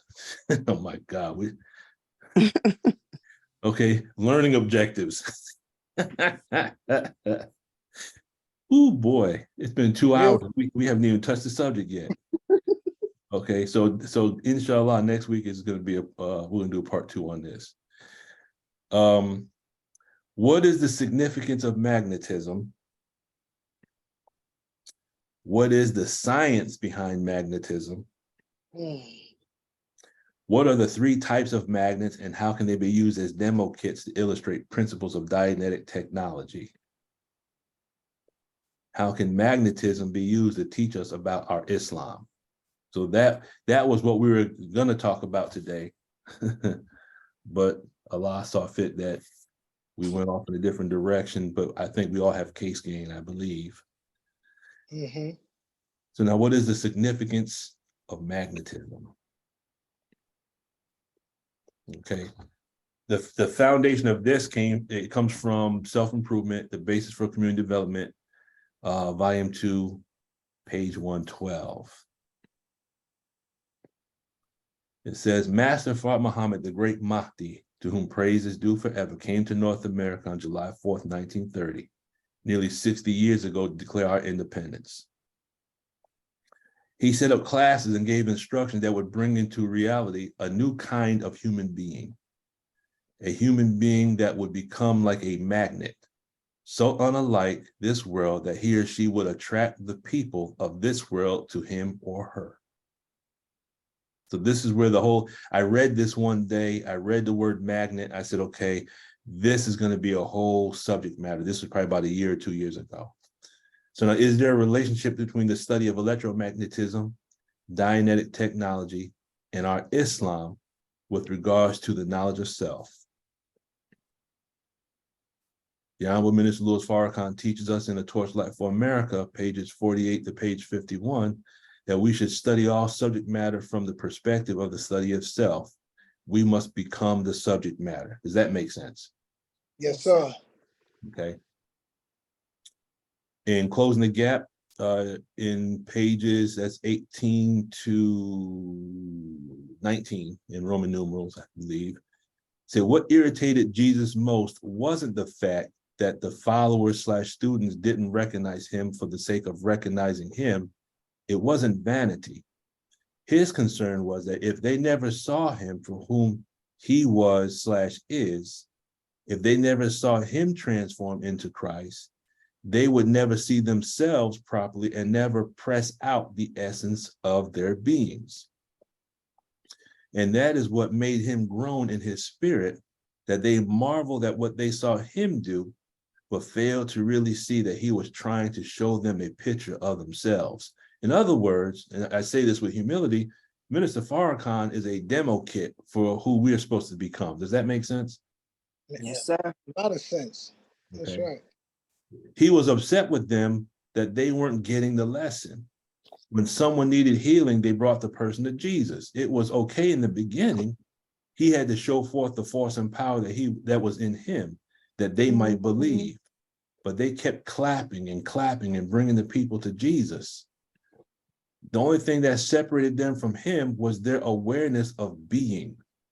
The rich man, poor man, saint, or sinner are not different minds, but different arrangements of the same mind. Does that make sense? Yes, sir. Okay. Because really, all those, the rich man, poor man, saint, and sinner, all their theta, all that life force is really all the same life force, but just different arrangements. But here's how we can understand, how can an arrangement cause individuals to be different? Think of it like this. It says, a piece of steel, when magnetized, differs not in substance from its demagnetized state, but in the arrangement and order of its molecules. So that's how the minister explains it in Closing the Gap. A single electron revolving in a specified orbit constitutes the unit of magnetism. When a piece of steel or anything else is demagnetized, the revolving electrons have stopped. Therefore, the magnetism has not gone out of existence.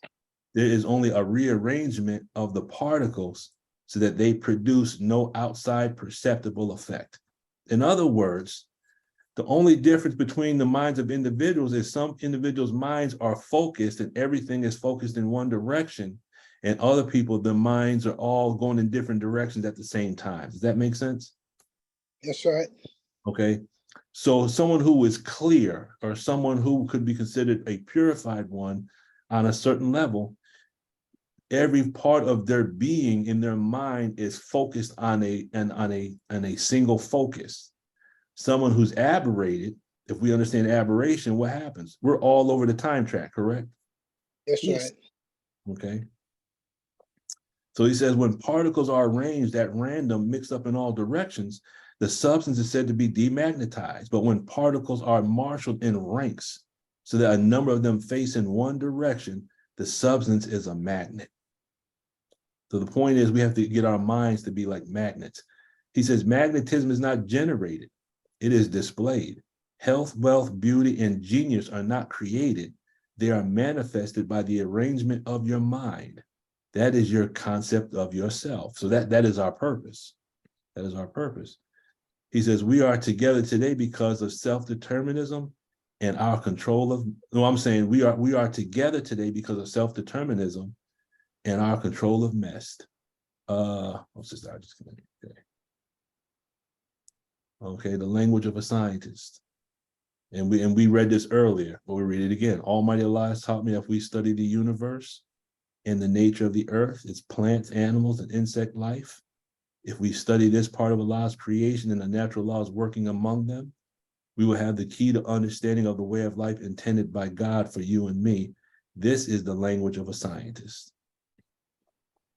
So what are the natural laws working in creation? We'll touch a few of these and then we'll wrap it up for the day. I don't want to try everyone's patience. What is the relationship between these laws and self? And here's where we're going to deal with a little bit of physics.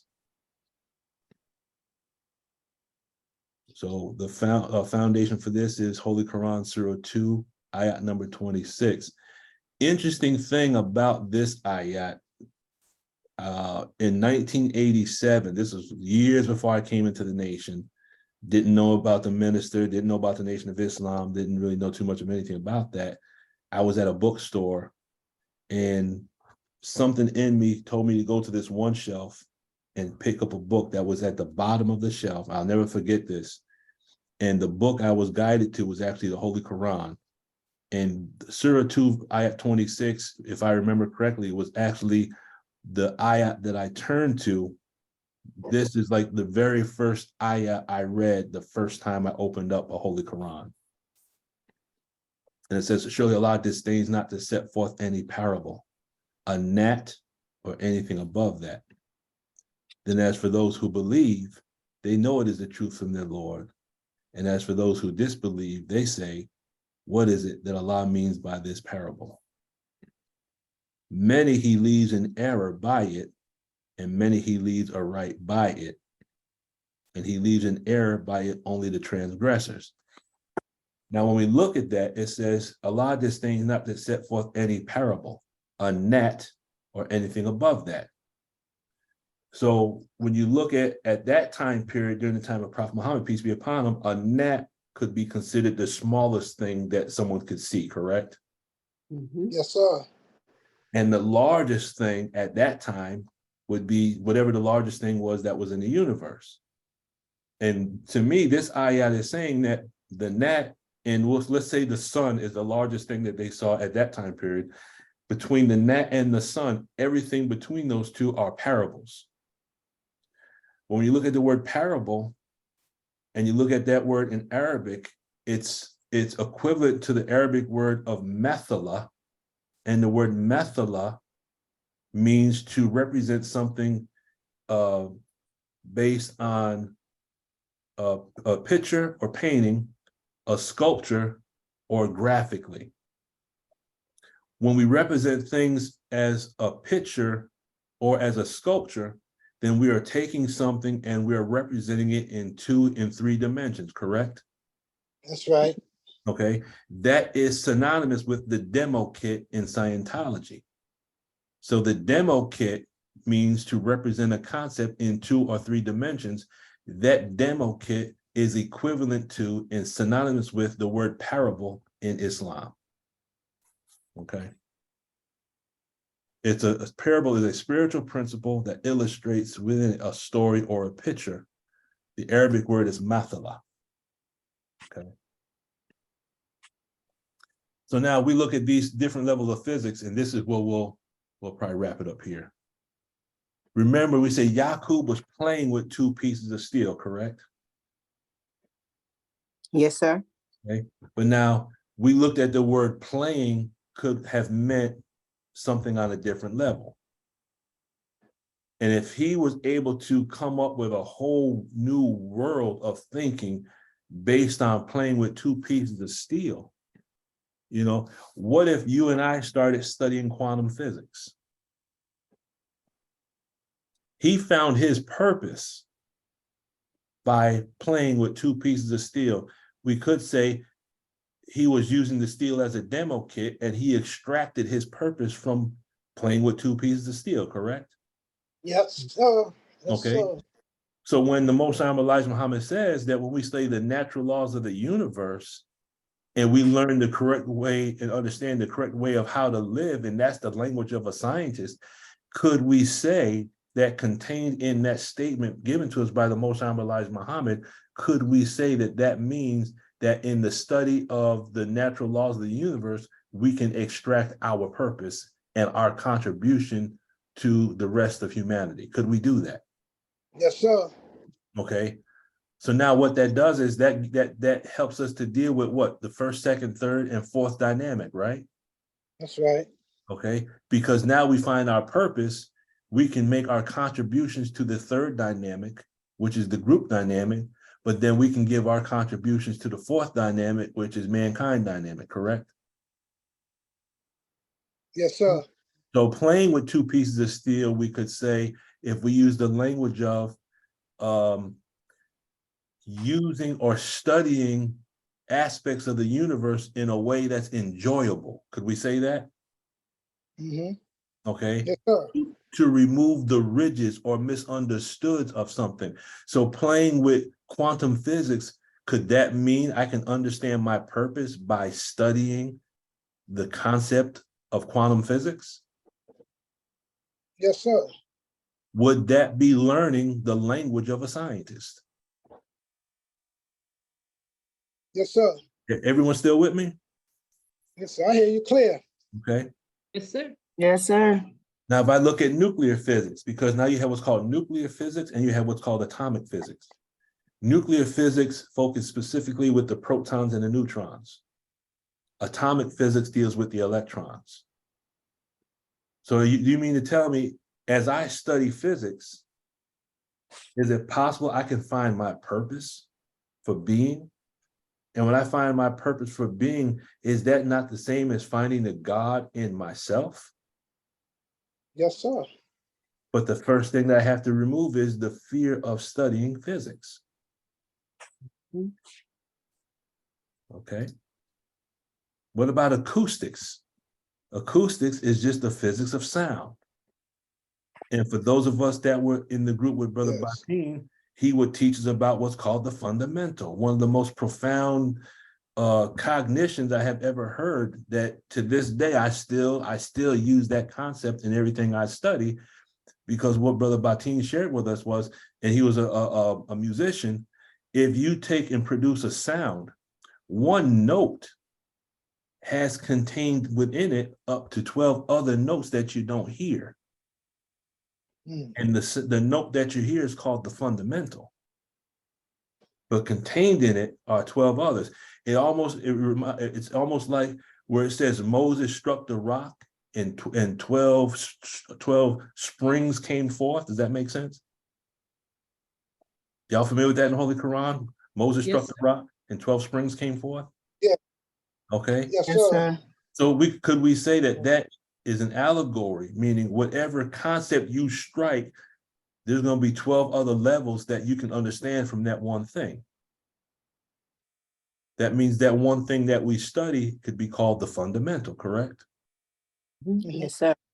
So for me, based on how Brother Batin shared it with us, every time I study a subject now, I try to understand the basic part of that concept, but then I try to say, okay, there's underlying wisdom that's contained in this.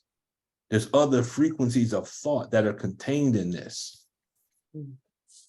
There's other levels of understanding that are buried that I have to get to. Go ahead, Sister Ania. Question, Brother Lukman. Did Sister Student Minister Ava teach on us having 12 personalities?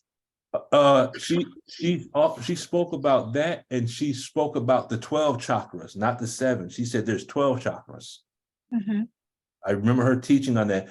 I don't remember it clear enough to present it, but I do remember her talking about I think it was the 12 personalities, but I also remember her talking about, because we have what I think there's the 7 chakras. And I think, if I'm wrong, correct me, the 8th chakra is the crown chakra. And she said that there's 4 chakras outside of ourselves that are contained within our force of energy. Something along those lines. Yes, sir. I thank you for verifying that. I thought that I had heard her teach on that before. And so I was relating that to what you just explained about the fundamental, but then within the fundamental is those other notes. Other notes are well. Man. Now, when you deal with thermodynamics, you're really talking about the physics of heat. And that's my number one focus, because that's just the work that I'm in right now. You have to understand this you have to gain a certain level, not that I'm a master of it, but you have to gain a certain level of mastery over that so that you don't get killed or kill other people by the way that heat operates or the way fire operates. Then when you deal with light and color, you're dealing with optics. And optics is the physics with regards to light and color. When you deal with mechanics, this is where you get into the engineering. You're involved with motion, the physics of motion. When you have electricity and magnetism, that's another branch of physics. You know, you have something called biophysics. This is physics that's applied to biology. So now when you look at the fifth, sixth, and seventh dynamic, the fifth dynamic is called the animal dynamic, correct? Y'all with me? Yes, sir. Okay. And when you deal with the animal dynamic, we could call that the life sciences. And then when you look at the sixth dynamic, L. Ron Hubbard says that that's dealing with force, matter, energy, space, and time. So when we're dealing with matter, energy, space, and time, we're dealing with these levels of physics. So now biophysics is almost like a blend of the fifth and the sixth dynamic together. We got physics, but it's applied to life science, correct? Mhm. You have geophysics. The Most Honorable Elijah Muhammad talked about the nature of the earth. The nature of the earth in scientific language is called geophysics. Mm. When you deal with the nature of the universe, you're dealing with what's called astrophysics. Okay. So the question is, as Yakub was playing with two pieces of steel to find his purpose, what would we find out about ourselves if we begin to study our mathematical theology and then apply it to what you see here? So then would that not become a astrophysical theology? Yes, sir. Would that not become a thermodynamic theology? Would we have an acoustic theology, the study of the nature of God and his relationship to man and religious principles and rules through the language of acoustics? So then everything becomes a theology, would it not? That's right. Okay. Yes, sir.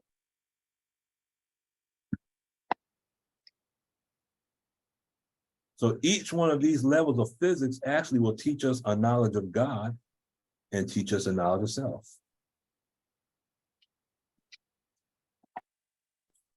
So now dealing with the science of magnetism. If we are to become like magnets, which type of magnet are we now, and which type do we need to become? So I think what I'll do is I'll try to cover these three types of magnets, and then we'll save the rest for next week. What are the different types of magnets, and do they correspond with aspects of Dianetics in our Islam? Mm. Okay. So let's touch on the science of magnetism real quick. Okay, yes, sir. So what is a magnet? How long is this video? Magnets Okay. Okay, watch it. track certain metals and each other. That's handy for more than sticking stuff to the fridge. They help run motors and generators, among other things. Magnets occur in nature, but 2 centuries ago. Let me ask you this. Everyone understands what a magnet is, correct? Yes, sir. Okay. I don't want to waste time. I want to Attracting. get exactly. I want to get to the meat of. I'll review this part next week. Okay.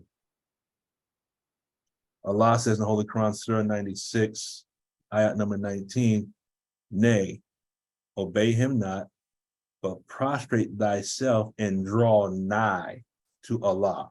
Does that make sense? Mm-hmm. Okay. So draw nigh or draw near to Allah. The Arabic is telling us to approach, to go near, or to bring close. The Arabic word is karaba. It means bring close to comprehension. It means to facilitate the understanding. It means, really, when you look at Karaba in Arabic, is that not synonymous with ARC and Dianetics? Mm-hmm. Everyone with me so far? Seems awful quiet. So Yes, the sir. obey him not is obey who not? I'm assuming that the ayat before that would be obey him not, meaning shaitan. But Okay. you know what? Let's get the stable datum on that. Let me go to Surah 96 real quick. So you're saying to draw nigh is being magnetized to Allah? Yes.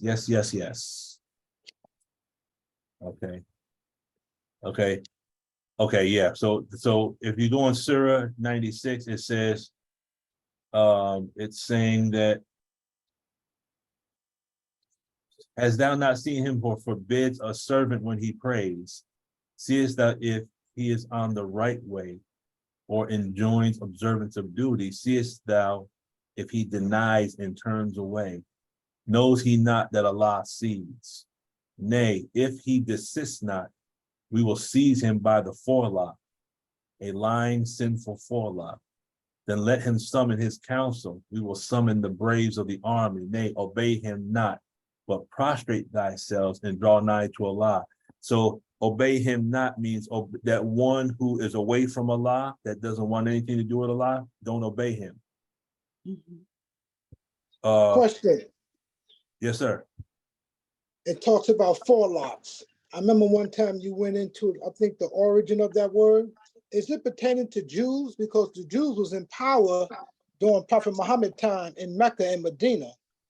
But the forelocks are worn by Jews. That's one way. But I do remember the Arabic. When you look at the Arabic word, and I can't recall the Arabic word off the top of my head, but I know the meaning of the Arabic. The word forelock means the front part of the brain. Okay. So because we had shared this once before, where it says a lying, sinful forelock, and we look up the Arabic, and it means the front part of the brain. In Sister Milani, you can help me out if you can. But the front part of the brain, which is called the prefrontal cortex, that deals with the aspects of memory, which we could say is connected to our time track, correct? Yes, sir. So when we're dealing with the lying, sinful forelock, and if it's dealing with memory and time track, then there might be some connection with the reactive mind. So a lying, sinful forelock, we could translate that and see that from the perspective of that lying, sinful, reactive mind, correct? Excellent. Okay.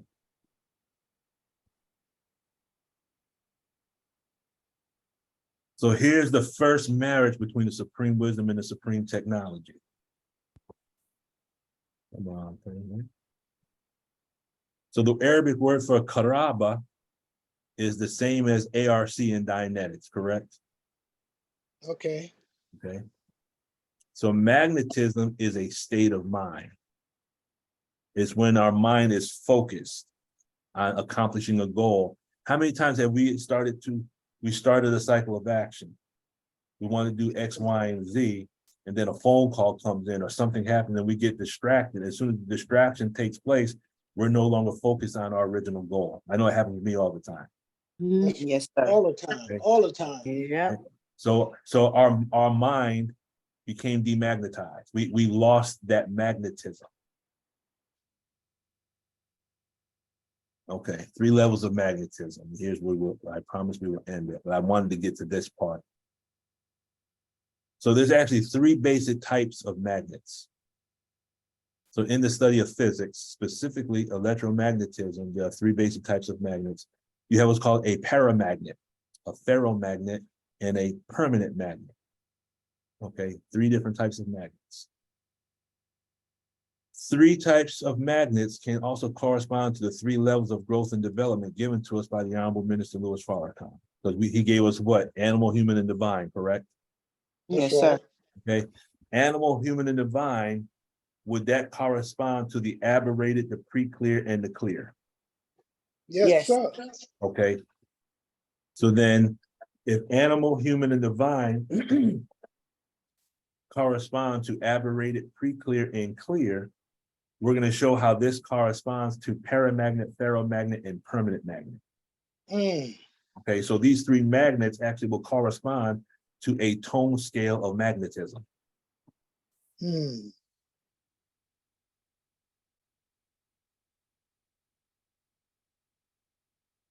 Okay. So what is a permanent magnet? In a permanent magnet, those tiny atomic level magnets are much more aligned when the micromagnets in matter align. You end up with the magnetism you can measure, and the magnet stays magnetized. Okay, once this magnet gets aligned, it stays magnetized. Since permanent magnets have an organized, aligned, and internal structure, they do not need an external electrical power source to maintain their attracting power. Their power source is within. What type of a person does that describe? That's a clear, a knower. Okay. The minister. Okay. So the word align is synonymous with ARC. Yes. So the permanent magnet is like an individual that is an ARC with a lost self and environment. So they are plugged into the power source that's within themselves, and they don't depend on an external power source, correct? Yes, sir. Okay, so a permanent magnet is at the top of the tone scale of our tone scale of magnetism. Align, affinity, and karaba are all describing the same thing. Closing the gap, page 50 says, I believe that is why the Honorable Elijah Muhammad said, I want your mind. I want you to line your mind up with my mind, that there be one mind, correct? Yes, sir. And what did we say earlier in quantum physics? If you have two wavelengths, as you bring the wavelengths closer together, you're decreasing the distance, which means you're closing the what? The gap. Closing the gap. What happens to the frequency and the energy? It increases.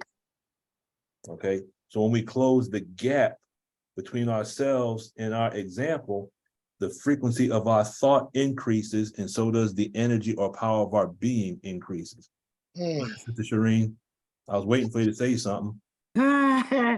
So is that fusion? Ooh, yes. Yes, I gotta write that down. That's an assignment. That is what you call atomic fusion, when you bring particles together to produce a release of energy. Yes, very good. That's what the minister talked about in the was that the Swan song? I remember hearing him speak about it. I just can't place where he spoke about it, but I believe so. Now I gotta go back and do that again.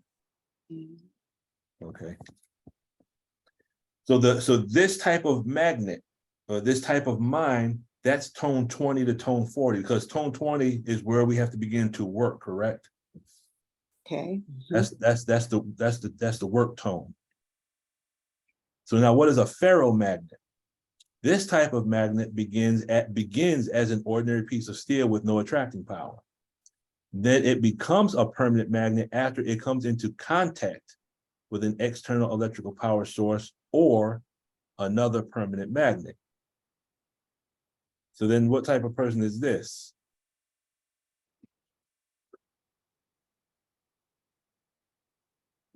This could be you and I. I was gonna say me. So through this contact, the internal environment comes into alignment. In other words, the piece of metal with no attracting power comes into ARC with another permanent magnet or electrical theta power source and becomes a piece of metal that now has attracting power. So when we came in contact with the minister, what happened? A piece that had no attracting power was attracted to the one that got attracted by one that had electrical in it, correct? Yes. And And then by staying connected, we maintain our attractive power, correct? Yes. But there have been individuals that left that power source, and what happened to their attracting power? They lost the magnetism. Why? Because they disconnected from the permanent magnet, yes? Yes. Okay. For those of us in the Nation of Islam, it has been our contact with the teachings of Most Honorable Elijah Muhammad through the Honorable Minister Louis Farrakhan that has converted our lives from an ordinary piece of metal to beginning our journey to become a high-powered magnet. Would you agree with that one? Yes. Yes, Sir. Okay. I also believe that our weekly meetings allow us to keep each other magnetized so that we can continue to exist in this world that is constantly demagnetizing the magnets.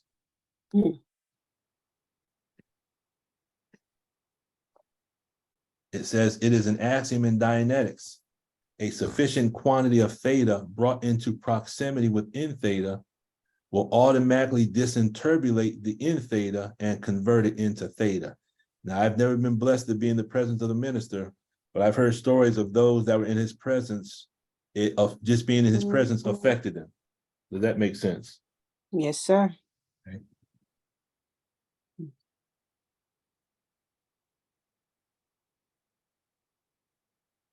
So this could correspond to tone 4.0 down to tone or up to tone 20. And the last magnet, and then we're going to close it out. What is a paramagnet? A paramagnet only has attracting power as long as it is in contact with an external power source or another magnet. So you have one magnet is a permanent magnet. You have the ferromagnet that starts out as just a regular piece of steel, comes in contact with a paramagnet, and then becomes a paramagnet, correct? Yes. I mean, it becomes a permanent magnet. But then the paramagnet is like a person that only stays magnetized as long as they're in contact. When the paramagnet becomes disconnected from an external power source, it loses its magnetic power. In other words, it loses its internal alignment, which is the same as saying it becomes aberrated. Does that make sense? Yes. Yes, sir. Okay. The test that may be coming soon will determine how many of us have become paramagnets, how many are ferromagnets, and how many are paramagnets. Does that make sense, family? Yes, sir. Okay, I think we'll end it on that note. There's more, but we're out of time. Go ahead, Sister Milani. You're on mute, sister. How strong is your foundation? Can we survive? Can we survive? That's what I thought of when you said, how strong is your foundation? That's right. Yes, sir.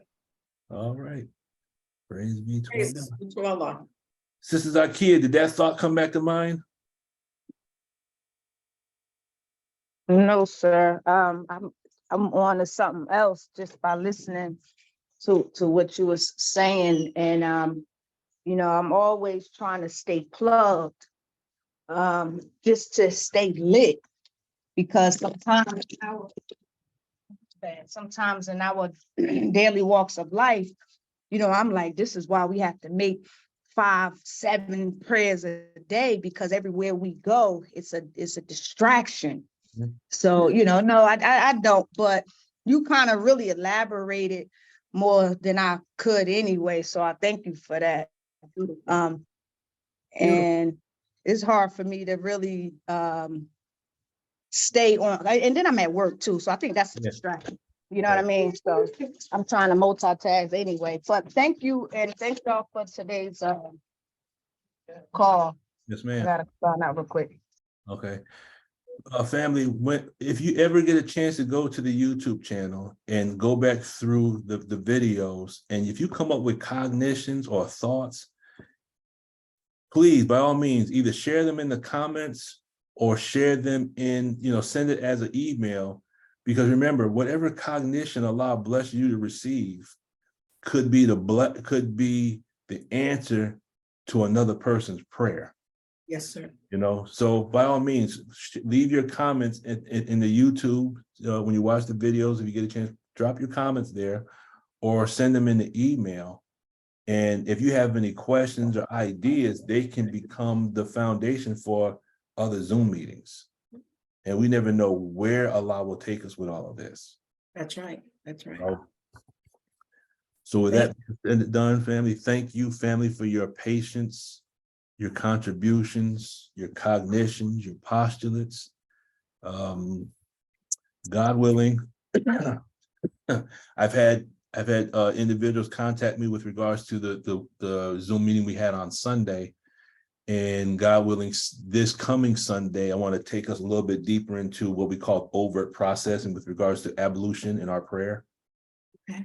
We're going to go a little bit deeper to see how just the fact of making ablution, preparing for prayer, washing your hands and the mouth, looking at what the Most High Elijah Muhammad says in Message to a Black Man, how that can be seen as a type of processing. And we're doing this processing if we're making our prayers 5 times a day, we're doing this processing 5 times a day. Mm-hmm. So we're going to work on connecting all that together on Sunday. So if there is nothing else, I will ask Sister Belinda is on. Sister Belinda is either on. Sister Charlotte or Sister Belinda. I'll let them decide who would like to do the processing. Before we do that, for those that were not able to make Sister Belinda and Sister Jacqueline's Zoom meeting yesterday, if you could, Sister Belinda, please put that link, if you have it, in the chat. I strongly advise all of us to go back and look at what they presented yesterday. It's just more data to take us up the tone scale. So, Sister Belinda, do we have a link yet? Has that been posted yet, or? Yes, sir. I'm trying to find it. I put it in the email. So Sister Charlotte, if you can do the end of session, would be lovely while I search. See how she ducked out of that one? And if not, I'll do it. Yeah, I'll leave it up to you two. Who would like to who would She's like not to do in the session? It's not, but I definitely want us to get that link in, because I mean it was a beautiful class yesterday. Well, Sister Charlotte might be at work because she's not saying anything. Oh, that's true. That's true. That's true. Give me 1 second here. Take your time, Sister Belinda. I'm sorry, I heard my name. I was kind of working. Nope, that's okay. That's okay. We know you're tied up. Don't even worry about it, Sister Charlotte. Do you need me to do something? We got you. We were gonna have Sister Belinda post something in the chat real quick and then have you do the end of session. But if you are at work, don't worry about it. I can do the in the session now that I'm here back at my computer. Not a problem. Okay, so Sister Belinda, can you post that? Oh, you got it posted already? Yes, sir.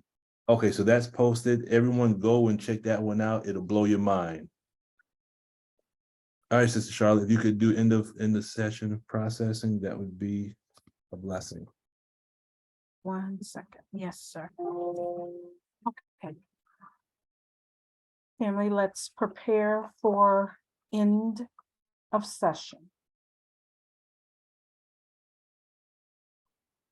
Rapidly sketch over the session just ended. Begin.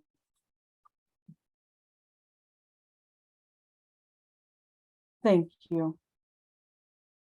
Sketch over what you have been doing again, with particular attention to how you have been sitting. Begin.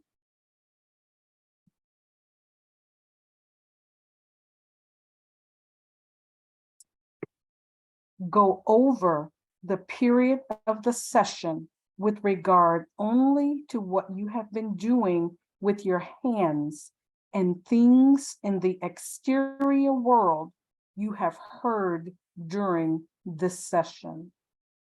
Begin.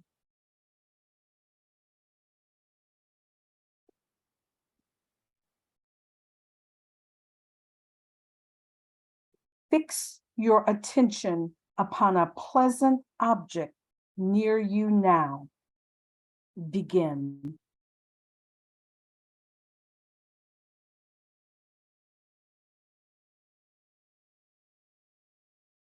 Thank you for your participation.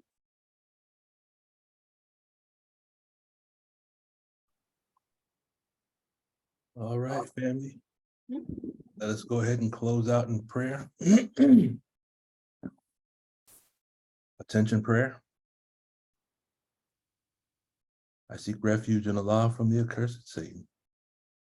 In the name of Allah, the Beneficent, the Merciful. All praise is due to Allah, Lord of the worlds, the Beneficent, the Most Merciful. Master of the day of judgment in which we now live, the alone we serve, and aid do we seek. Please, Allah, guide us on the straight path, the path upon whom thou hast bestowed favors, not the path upon whom thy wrath is brought down, nor of those who go astray if they have heard thy teachings. Say he, Allah, is one. Allah is he who is independent, upon whom we all depend. He begets not, nor is he begotten, and there is none like him. Ameen. Ameen. Assalamu alaikum, family. Well, they can Alaikum salam. Thank you. peace and love. Yes, ma'am.